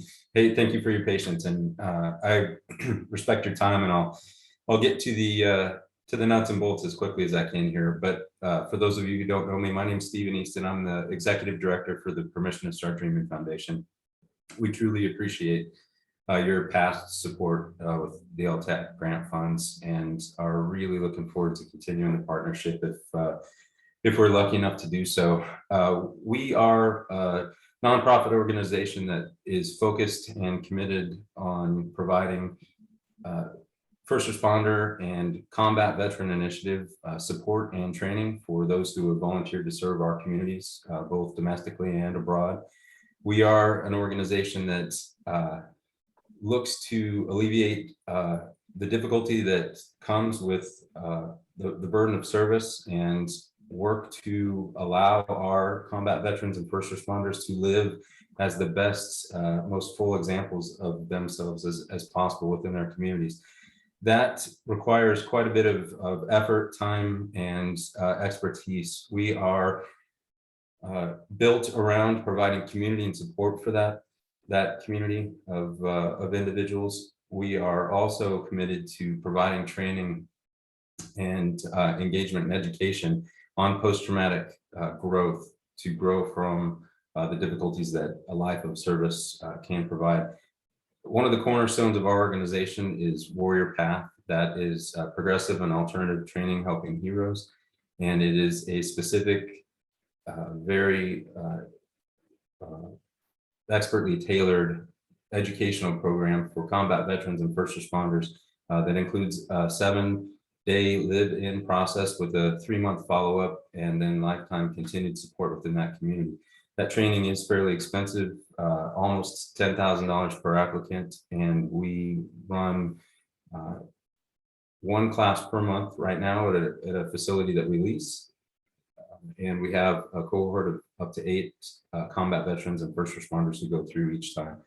That is one of our initiatives. We also have a huddle, a Warriors huddle, that happens the last Wednesday of every month, where we provide community and support for all of that same veteran population. And we draw veterans and first responders from all over Washington, and have had several from Oregon and Idaho recently as well attending that group. I mentioned that broad footprint to let you know why and how we have structured our events to support those endeavors. You know, Gig Harbor is a community that is near and dear to the hearts of everybody that works within the foundation and works to support our mission. We do it, and it was born locally, as you guys know. Many of you know our origin story. It was born of people from this community specifically. We have found a need to continue to tie ourselves to the community while branching out to not only honor and preserve what we've learned and developed within this community, but to also then branch out and share that with people beyond our town borders and beyond our state, in fact. To that point, our outreach for our training is to our entire military population, but within the partnership of our training delivery, we are responsible for the greater Northwest region, which includes parts of Northern California, Oregon, Idaho, Montana, Washington, obviously, and Alaska. So by nature of the very training we're providing and the requirement that we have undertaken to provide it, we're reaching out to that region of our country specifically. We also know, obviously, that our service members come from all over our nation.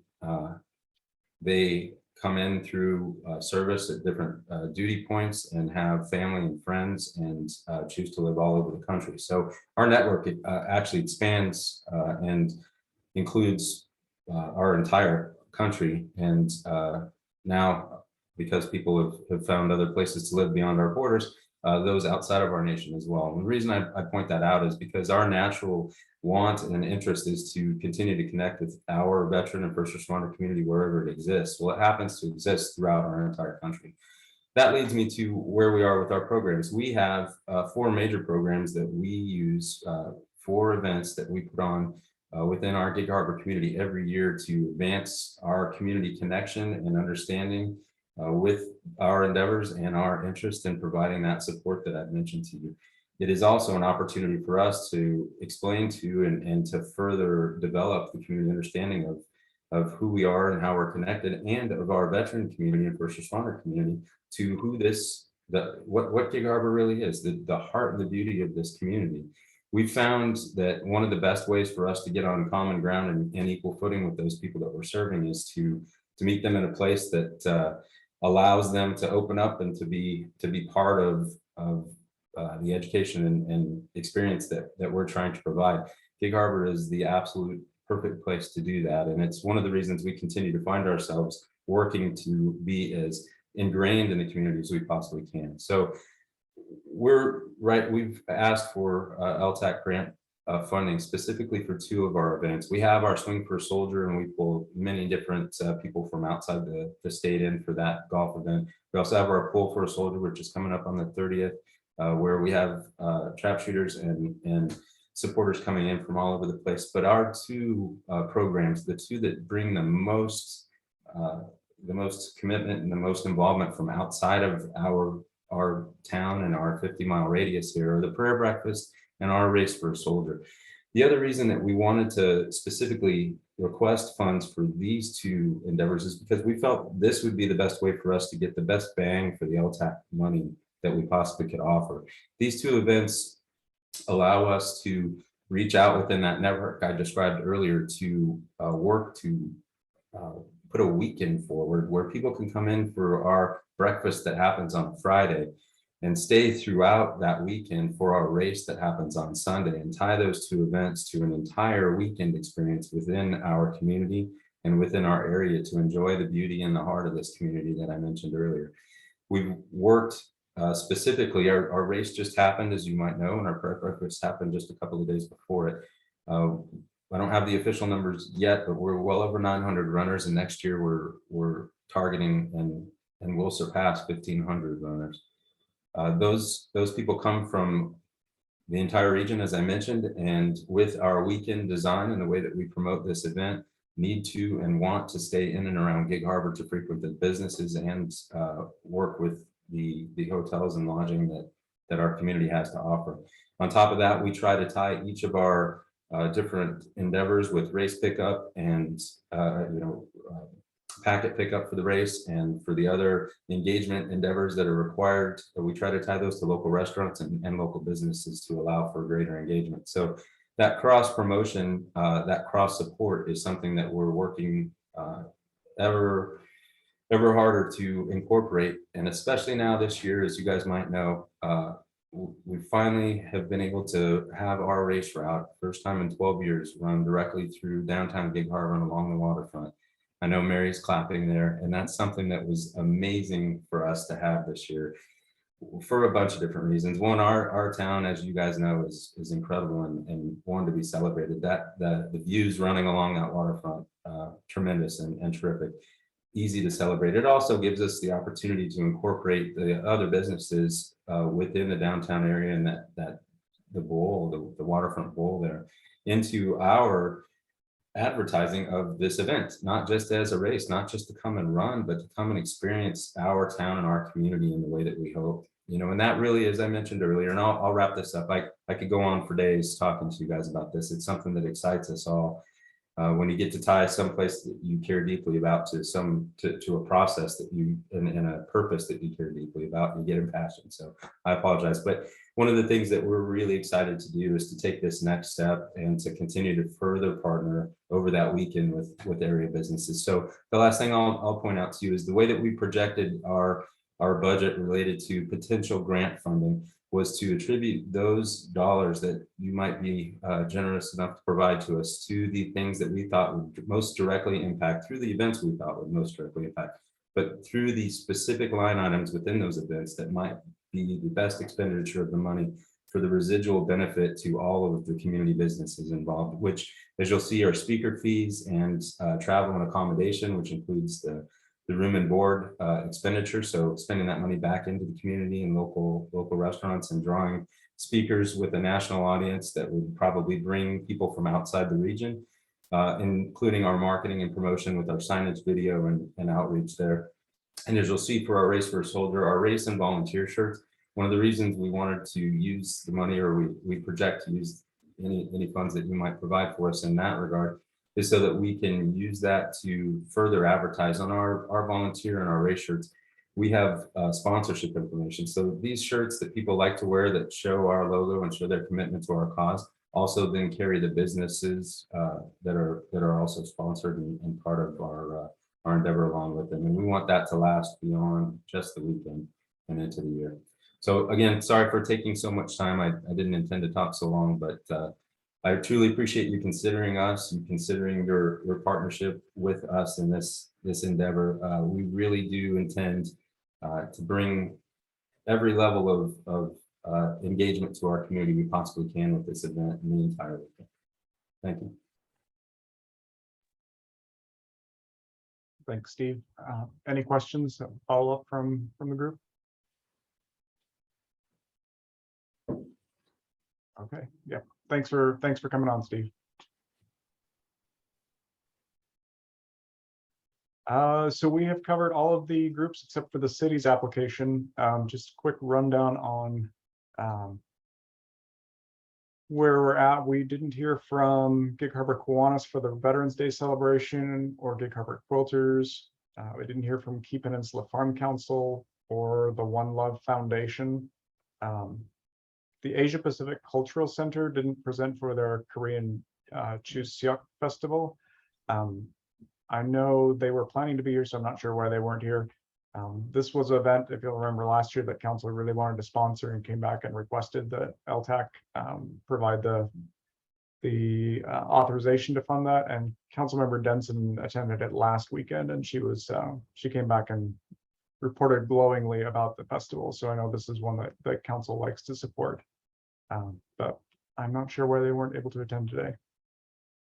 Josh, I have a question on that. Do you know how many attended that festival? I don't know that.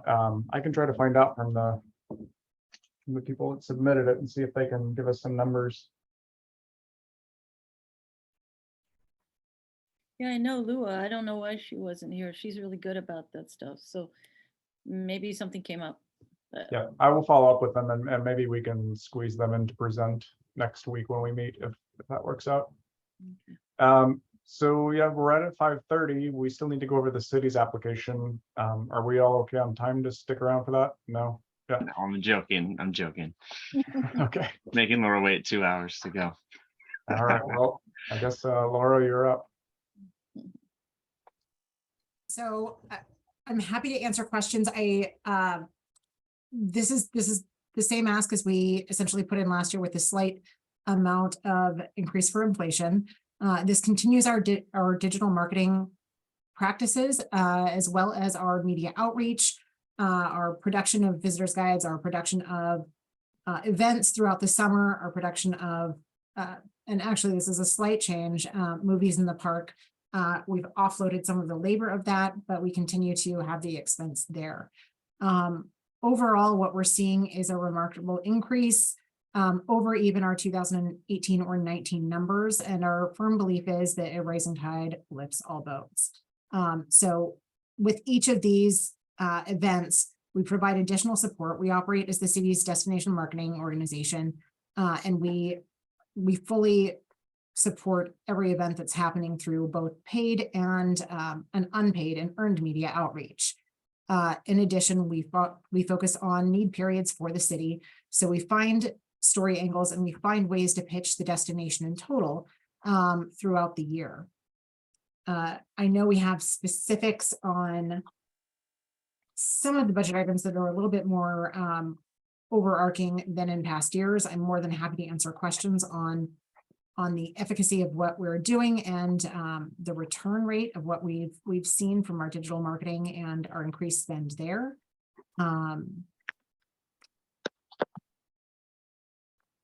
I think that the questions are probably the best thing to hop in on first, and then I can address those and then provide further context within that. Laura, can I just say, as a hotelier, it's been very challenging for me this year to see the benefit of the money, and I know there's all kinds of circumstances, but as far as no visitors guide, no rack cards, no maps.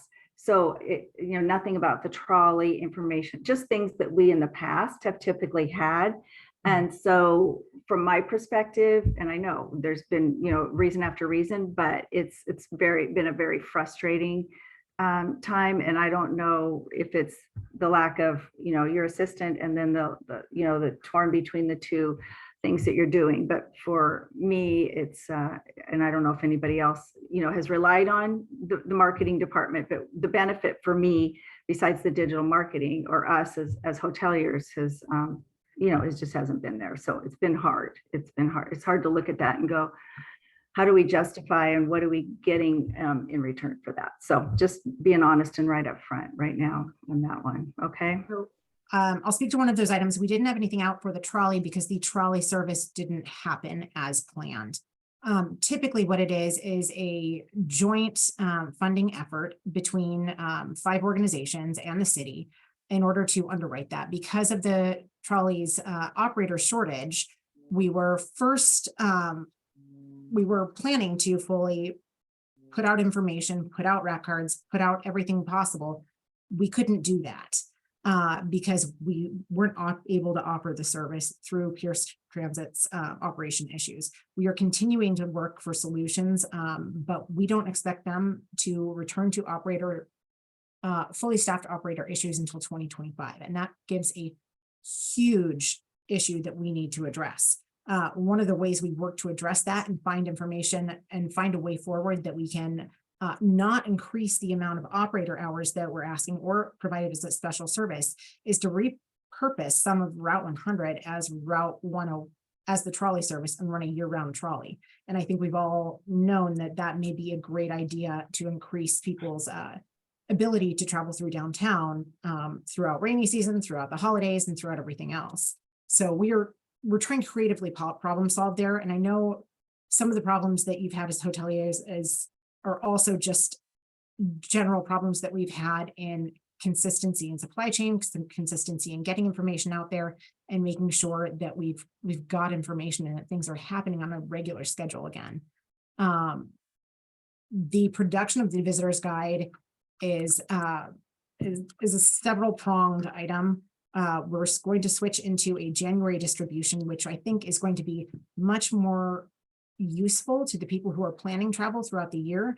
Having a visitor's guide that comes out in the summer for when we have a summer travel season that is our highest. I don't know if that really helps us in advance. With the return to organizations putting together programs and having solidified dates rather than having to shift or cancel, we have a far better rate of information coming through. We have our content in motion and we're ready to underwrite that and get that in print and in mailboxes, which I think has been our long-term goal, is to self-produce and get that further at a lower cost, starting in, and I want to say we'll have advertising secured and ready to go, print issue by November and in mailboxes by early January. So that is in works. It has been a shift and a transition as we've done things differently in the past.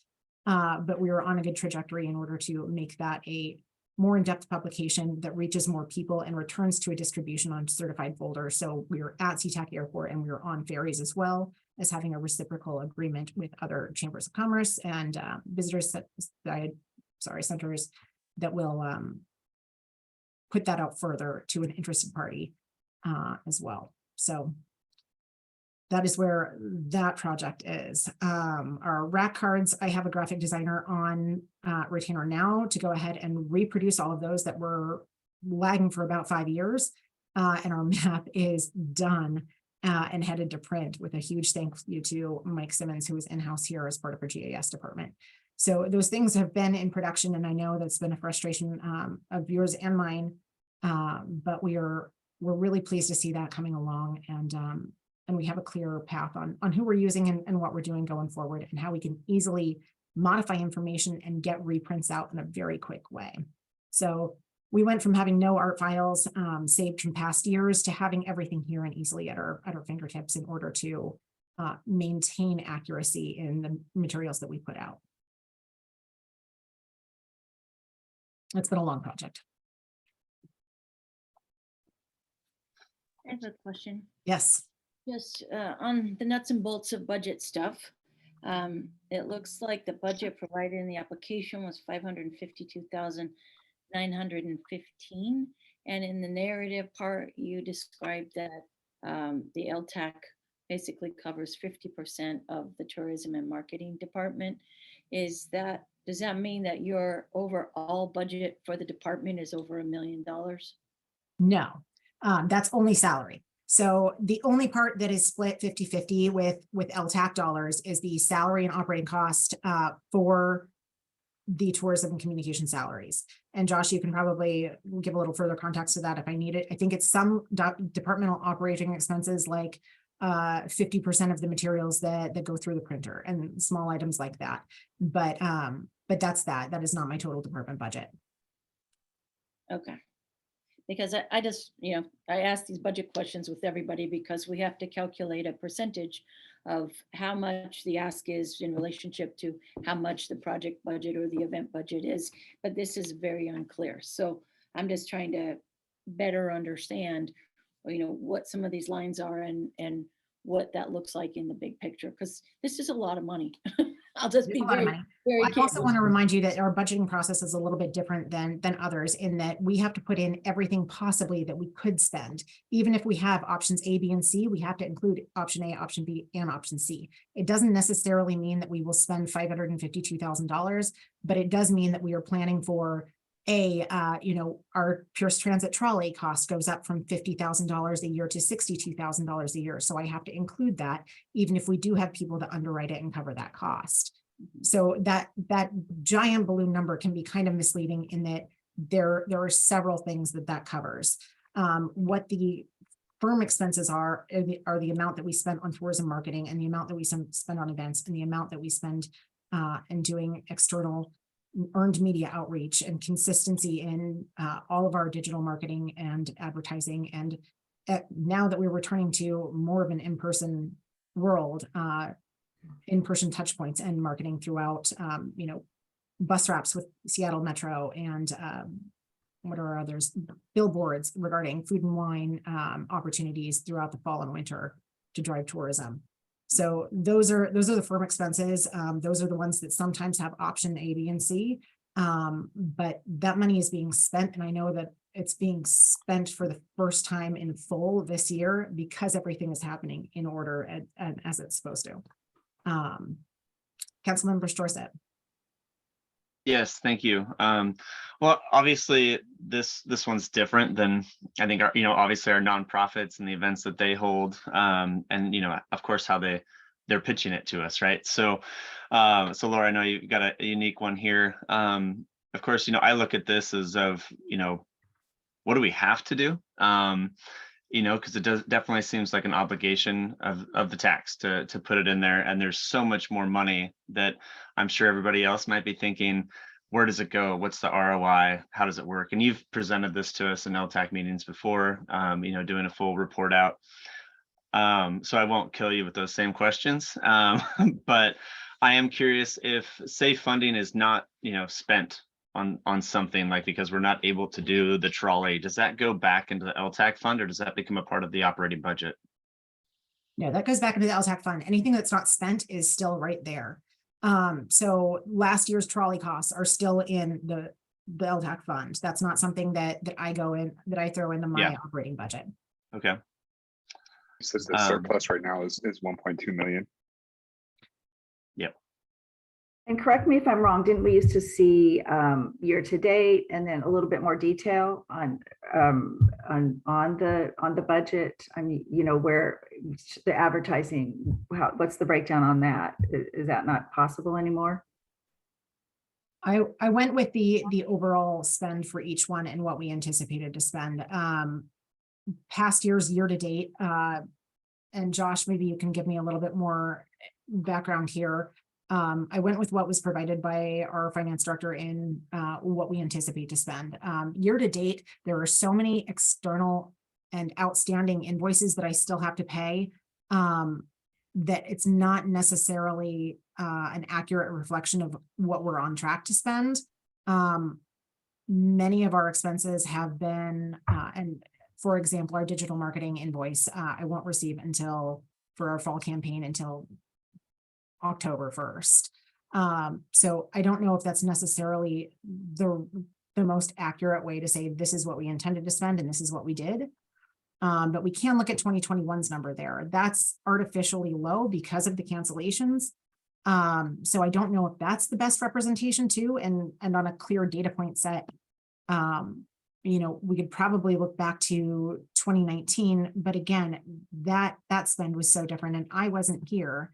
And I know that was a building year in which spending was paused while council decided what they wanted to do with a tourism and communications department.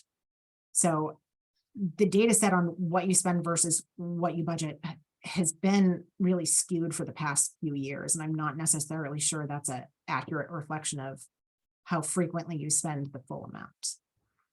Does that make sense? A little bit. Yeah, I mean, we're all kind of in that same boat, but what's tourism professional services? Like what would be the breakdown on that? Where am I here? I believe those are our contracts. So our relationship with Travel Tacoma and Visit Rainier, as well as Visit Kitsap, as well as some of our external contracts with, I think, Datafy and CSource as well. So that's where I think that is. Okay, so with the maps and is that all in advertising, or is that, I don't see like printing, or where is that in? I believe that's in tourism miscellaneous. Okay. I was going to ask for a breakdown of the miscellaneous. Yeah, that's kind of big. It is a big miscellaneous. I believe and I want to say, I'm not sure. Miscellaneous is the LTAC grants to the other organizations. Gotcha. I'm so sorry. Then that would shift ours to tourism advertising.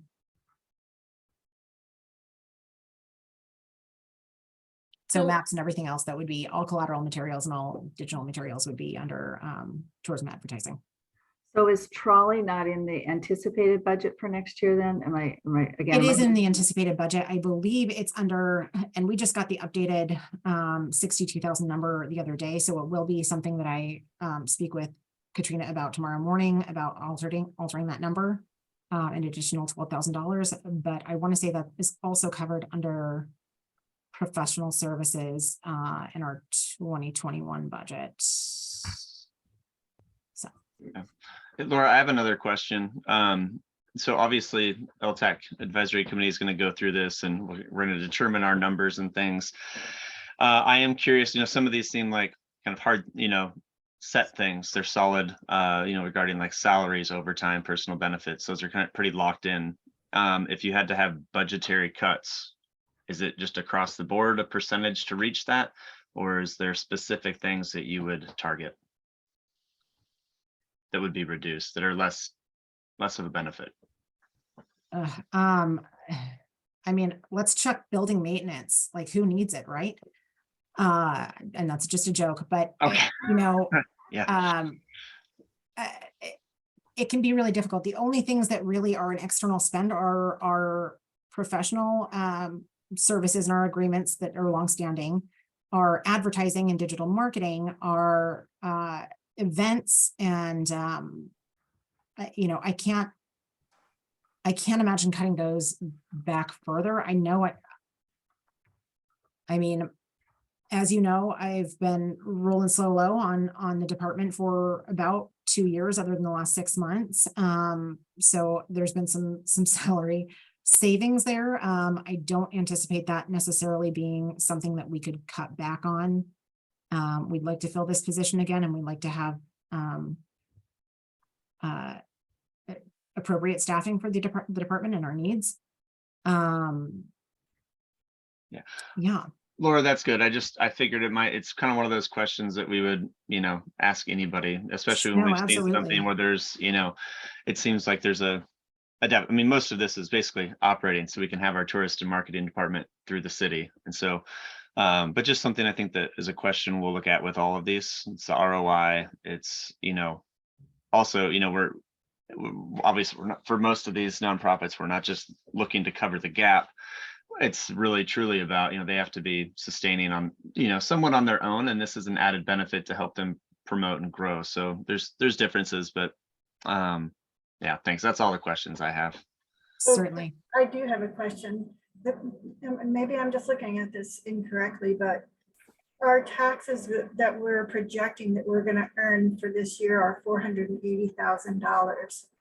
And yet we're saying we're going to spend, what is it, $550,000 just for this city. How is that possible? How can we maintain that? I know right now we have a beginning fund balance, but we're going to spend that down this year, and we potentially will spend it down in the future. So how is that sustainable? So again, the way we budget is a little bit different, and that 550 is not the total amount I anticipate that we would spend. And that is confusing, and I agree with you entirely. Including option A, B, and C, and D for all of those different things does inflate that number, probably artificially. I would, off the top of my head, if I go with last year's numbers, with the amount of underwriting that we expect to have for trolley and we expect to have through advertising and other partnerships, I would say that applying a 10 to 15% inflation rate to the previous number, we probably looking at spending just under 400,000. And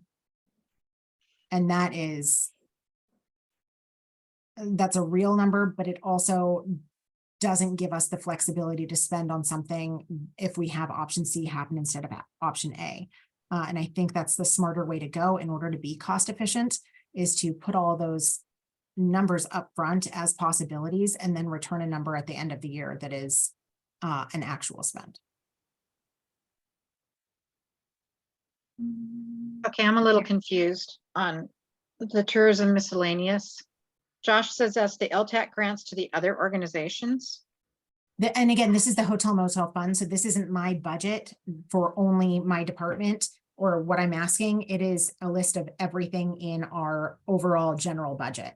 So that includes the items from last year and from this year. Now I'm really. Yeah, all right. So this isn't. I'm lost too. Josh, you want to jump in? Yeah. So this up Explanation? at the very top here, you can see where it says 107 Hotel Motel Fund. That's just an archaic term that we've carried over. This is the lodging tax fund. So this is all of lodging tax goes into this fund, and everything that comes out of it, everything down in this part, all of this is allocated by lodging tax grants. So this should encapsulate all of the grants that are issued. You'll notice that it doesn't quite add up because last year we did $125,000 in grants, and you'll see the miscellaneous is only 112, 215. That's because last year we adopted the budget before we did the grant process, so everything was not accounted for in there. When we do, so looking at this bottom line, the tourism miscellaneous, which will include the grants, right now it's at 4771. That number is going to skyrocket as soon as we start getting people's invoices turned in for all of their grant activity.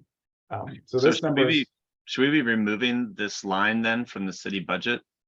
No, this should be in the budget because that's a budgeted item that comes out of this fund. Okay, but it's collecting all the other of what other else we would fund. Yeah. Going in. So- Okay. So this fund, this confusing. is not the Tourism and Communications Department budget. This is the lodging tax fund. So anything that's lodging tax is included in here, which includes some of Laura's budget. Not all of Laura's budget, but some of it. So it is confusing and a little difficult to kind of wrap our heads around because Laura is funded from several different funds, including our general fund, which is even more difficult to read. So if you go back to 2019 and 2020, it's $4,500 for all the LTAC grants. We didn't have LTAC grants back then.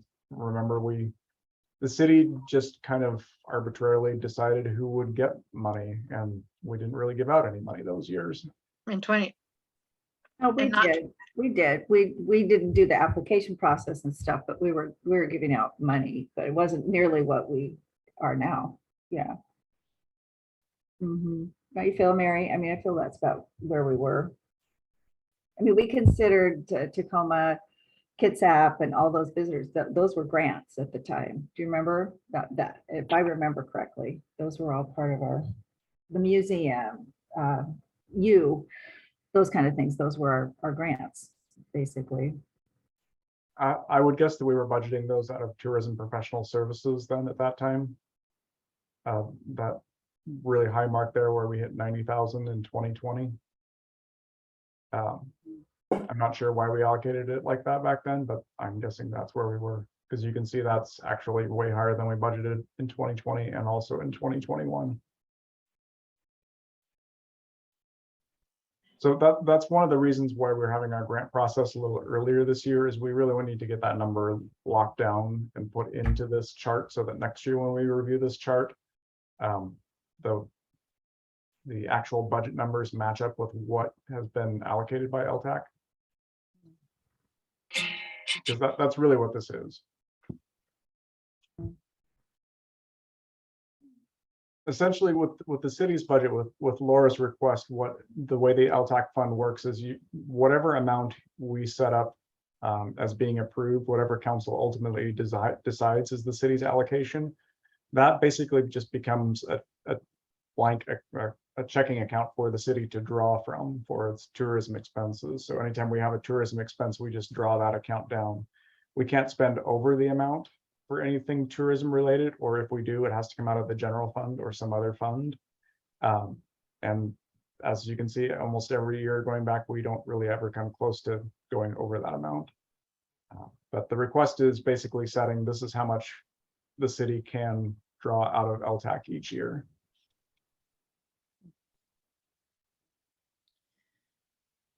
So are those numbers just placeholders for now? The 112? This column, the 2023, 2024, the department requests, these are basically, I think if you look, you can see they're just basically a placeholder based on last year's budget. A projection essentially based on last year's spend. Right. These numbers will change basically based on whatever council ends up ultimately awarding for Laura's group and for the LTAC grants. So these are pretty much just placeholders for now. Okay.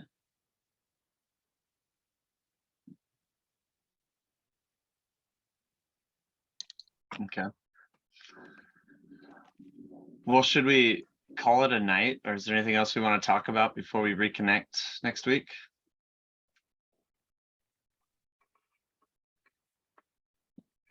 Next week, we'll go over the chart and start discussing how much you want to recommend for allocations for the groups that you want to fund. So if you can come back to that meeting, kind of having ballpark idea in mind for how much you want to fund each group, that will kind of help us speed things along a little bit in that discussion. But that's the ultimate goal. We'll come out of that meeting and be able to tell council how much you think that each group should be funded for next year. Yeah, I just want to add a comment in there too.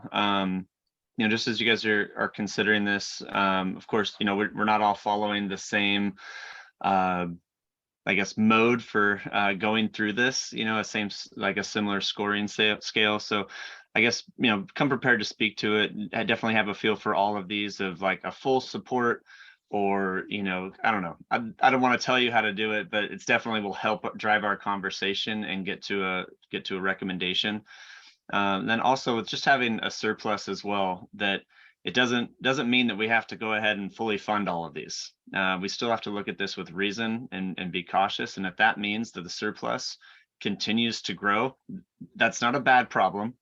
But at some point, I think it's partly on us. It's this, the city as well. But are there other applicants or people that should be applicants for these that aren't? And I think that's something that we can definitely keep our eyes open for and say, hey, do you know about this? You should apply for it. You're bringing people to Gig Harbor. Because we have this kind of funny point where we got a surplus, so we can give more for a little while. And how do we tier that off and look at it over the next 4 or 5 years? I'm not speaking for the whole council, but I think those are the type of things that they will want to consider in this. And so I guess I'll leave it at that unless anybody else has any questions, comments. Oh, Janae, go ahead, and then I have one. Go ahead. Seth, I was just going to ask you, so if we have this surplus, why can't we be using that for promoting us even better in a way of these people who are collectors? Meaning, the we're giving out all this money, but we're the ones who are collecting the money to give all this money out. But really, we've got this surplus. Why can't we be putting out great ads to come to Gig Harbor, stay in Gig Harbor? These things where maybe we look into something that's a little more expensive or worth the buck. Rather than spending. I think I imagine Laura's got something to add to that too. And I think that's a great suggestion. We talked a lot about like the off season when our small businesses and hotels aren't as full. And those are the type of things I think we need to look at. And we don't need to add any, not to say we don't need to add any events to the summertime, but our summers are crazy here. There's a lot of stuff going on. So getting those things in the spring and in the fall that complement it, or even the winter. And I think as we hear of people or, these nonprofits wanting to start events, for them having an idea of what that calendar looks like we heard many different races that go on in Gig Harbor. And those are all different, probably slightly different audiences. They're not all, because they're fun runs. They're not just for like those intense runners out there, but they're all spaced out. And like the running world does that really well, that they don't want to have too much overlap or have it, weekend after weekend. So I think those are, especially if we hear of these groups that want to start up and do things, those could be some great opportunities. But I agree, we should also advertise and promote as well. Let's just do it where we have the capacity. Yep. And just to piggyback off that, Janae, there are some really, really great options that I'm looking forward to right now, including whether or not we can build a relationship in a little bit better of a way to build out hotel packages that people can book along with those ads. So if we have a concurrent magazine and digital ad that runs and says you can book here, does that go directly to a Best Western site or a Maritime site where you can book a package and book a food and wine experience for our shoulder season and book a hotel room at the same time? And I think that's a really great measurable way to see if those ads are performing for us. I'm never a fan of just spending money to spend money. I want to see it perform. The best performance we have gotten through the pandemic has been, and related whatever in the last year, has been through digital ads, and the way we get data from those and see where they're hitting and what kind of people that we're attracting and what kind of people we're modeling that ad being served to. That has been the most efficient, but I'm super, super open to billboards, external ads, our full digital and in-person advertising campaign. And I want to make sure that we have exchanging advertising focus in each season in order to make sure that we're spending that throughout the year. So as this year goes on, I'd like to make sure we have that calendar set in motion and then purchase those advertisements, whether it's a AAA partnership or a sunset partnership. Those e-blasts are super expensive. They're around what $10,000 to send an e-blast. Is it effective? It is modeled on our audience and in a very specific way. As we start to purchase advertising a little bit more from MPI and Meeting Professionals International, I want to make sure that the directs back to a page that shows all of our meeting options in Gig Harbor, so we can start seeing inquiries come about through that, and we can track how efficient those things are too. So I agree entirely. We can spend a lot more money on advertising, and I think we should. And I think we should also support those specific shoulder season pushes with earned media as well. So all of our media outreach that is consistent needs to be in one of those segments, and one of those relate back to the ad campaign and our focus for the season. So yes, I have another crazy question. Yeah. Like, just putting it out there, but are we able to, not that we're going to do this, but when we're looking at all these applications and we're seeing varying, how many people are staying in accommodations, how many nights they are, which, that was more in the storytelling. I didn't catch it. And, it was more of like the event that would go over the weekend versus a single day. In our determination on this, as we all go through it, if say someone was asking for $5,000, just throw that one out there, but we look at it and the way that it measures up with what someone else is asking, can we go over that 5,000, or are we limited to that? You can make the awards or the recommendation for the award in whatever amount you want. It's just the agreement that we do with that organization is going to be based on them submitting receipts in the amount that can meet that. So some of them may not have receipts in that amount, but we can reimburse them for whatever they do. Sure. Okay. Whatever they do spend up to that. Yeah. Might give them the opportunity to be like, okay, we are going to go out and promote and grow this event. So I think that's, another thing to consider. So thanks. I know you guys most of you have been on here a while, and I'm probably asking questions you already know, but and I've talked with Josh on this stuff too. So I'm trying to pick it up as fast as That's a possible. new question. Never has come up. Okay. As I know. But really quick, and Josh, I had asked that we could put that on the agenda, apparently improperly, but I had asked, could we put it on the agenda about the matrix, about some kind of a, anytime you're doing interviews or any type of evaluations, usually there's a standard, a standard grid that we could all use and be a little bit more on the same page. Hey, this is how I graded it. What did you? So can we look at that, since it's not going to happen apparently for the meeting on Tuesday? I know Laura said that she had something in place once upon a time, but so it doesn't just go by the wayside again, apparently. So how can we make that happen? We've talked about a matrix before. I know it's come up at least the past 2 years, and we haven't come up with one because it's been determined by the group that really isn't the way to go. It has, or I think nobody did it, apparently. I mean, Stephanie, am I wrong? I thought you brought it up. Well, Laura yeah, had I've one. brought it up a couple of times, and I have had, I have your own, probably. Yeah, and there's basic calculations that I figure in and all that stuff. But yeah, I mean, there's been some debate about whether that was wanted or needed, but I am of a mind that it is needed and that we should have a. We've got I 22 think that it helps you applications. share a common language when we're speaking about these and understand it. In my other life out of city council, I'm on a giving committee, and it's very structured, and it moves through pretty quickly.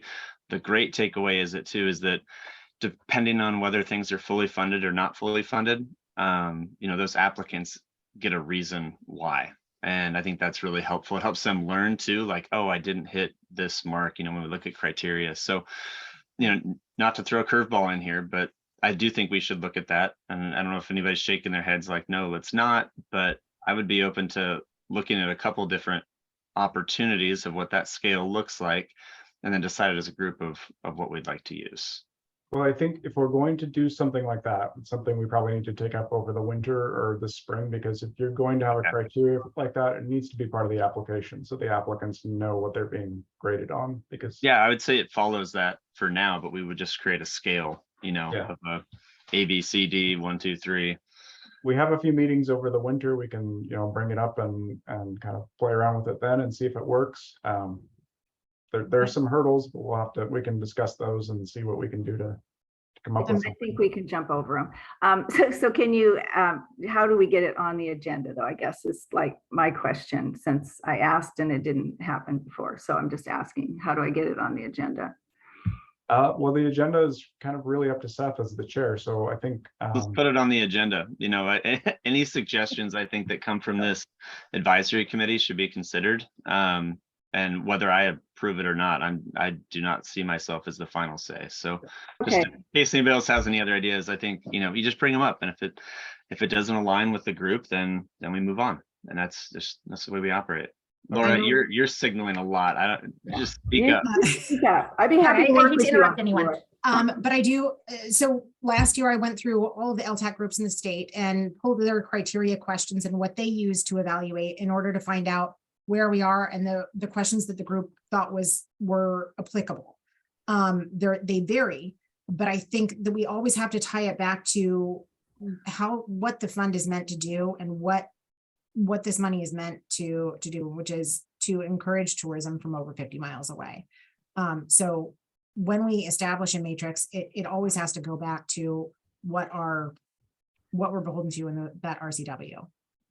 So we can also say, does this, increase sales tax as well? And does this do that? And does this do another thing? And how successful has this event been in the past? But I think they all kind of have to relate back to those points of that we're guided in and what we can and can't use the fund for. So. And Laura, maybe is there any like any software that's used for these applications where we're using something not to say like cookie cutter, but off the shelf that even can allow us, there's they have this in like the HR world where you scan things and it pulls out things. So it's kind of looking like a verify that some of these numbers, I mean, it's really hard to determine fact versus a guess. I love data. I love confirmed numbers. Part of the reporting structure under even under JLARC doesn't require necessarily a hard number. It can be a guesstimate. It can be a head count at an event. It can be data that's from something like our geofencing service, which is CSource and Datafy, which similar to the way that the farmers market collects zip codes, that collects information based on credit card sales, on cell phone pings, on literally anything and everything, app pings, that kind of thing. And it's highly reliable data. What I can do is tell you how many people have been in a certain area on a certain date, and we can measure the total attendance of an event. And it also can show points of interest that are crossed. So if a person has showed up at that event and also showed up at the Best Western, I'll be able to tell the correlation between those two. Yeah, I imagine that could be hugely time consuming though, too. And it's not something we're gonna be able to do this year, but I think it is something we need to, and I know council will ask like, what is the criteria? What is the formula for how these things are applied or recommended? So I think we should probably call it for tonight. I don't know. Are you guys exhausted? Like, let's go. I want to thank. Sue, come on, Sue. Stop, because I never get this chance. Can Laura and I work on that? I sent out a sample that nobody was supposed to look at. And she has some samples. Can we come up, maybe not for next week, but so we have something in place to bring to the next meeting? Laura, would you be willing to do that with me? Yep. I'm more than happy to. Okay. I think it's really important for me. I don't operate this. It's very random how we, oh, I like this group, or you know what I mean? We need to remember the main motto from the very beginning of this committee. And it's always, how do we bring people in and have heads in beds? We're the ones who collect the money for the people's in the beds. So how can we get people to come in and stay at our properties? I think we also have to remember the intention of the fund too. So it isn't just marketing, it's operations of places that people want to come to. So, thinking about that holistically is really important. So I support that. But, and on the other reverse side of all of this, it would be helpful to get some data from our collectors in terms of when you are the busiest. What are some numbers from you guys? You want? I'll give it to you. I'll give it to you. Just ask. Okay. I'll give it to you. That'd be awesome. Yeah. Tell me, just email me what you want and I'll give it to you. You betcha. No problem, Stephanie. I'm happy to do that. One quick reminder at the end too, that criteria list I will work on absolutely, to remind everybody that the city is a resource for all of these people that are applying, and our office as the DMO is a resource. So we also can promote and use their messaging as part of our advertising campaign for what's happening in the month of January or what's happening in the month of April. So that is an additional resource that we can always communicate to our applicants that is they are welcome to use. They are welcome to touch base on that and be included in that, rather than just having everybody do their own marketing and have things cross in the way. So we're here as a resource for everyone that applies, and making sure that not only are we pitching out great stories, but that we are actively communicating about the beauty of our destination and the great things to do year round. So. Can we call this, guys? Hey, I'm done. I'm done. Thank you. Okay, entertaining a motion to adjourn. I make the motion. Second, third. All- Sounds like all in favor. Say aye. Hi. Okay. All right. Thank you guys for your time. Really appreciate it. I know this is our hard time of year, so thank you. Have a good night. We'll catch up more next week. See you Thank- Tuesday.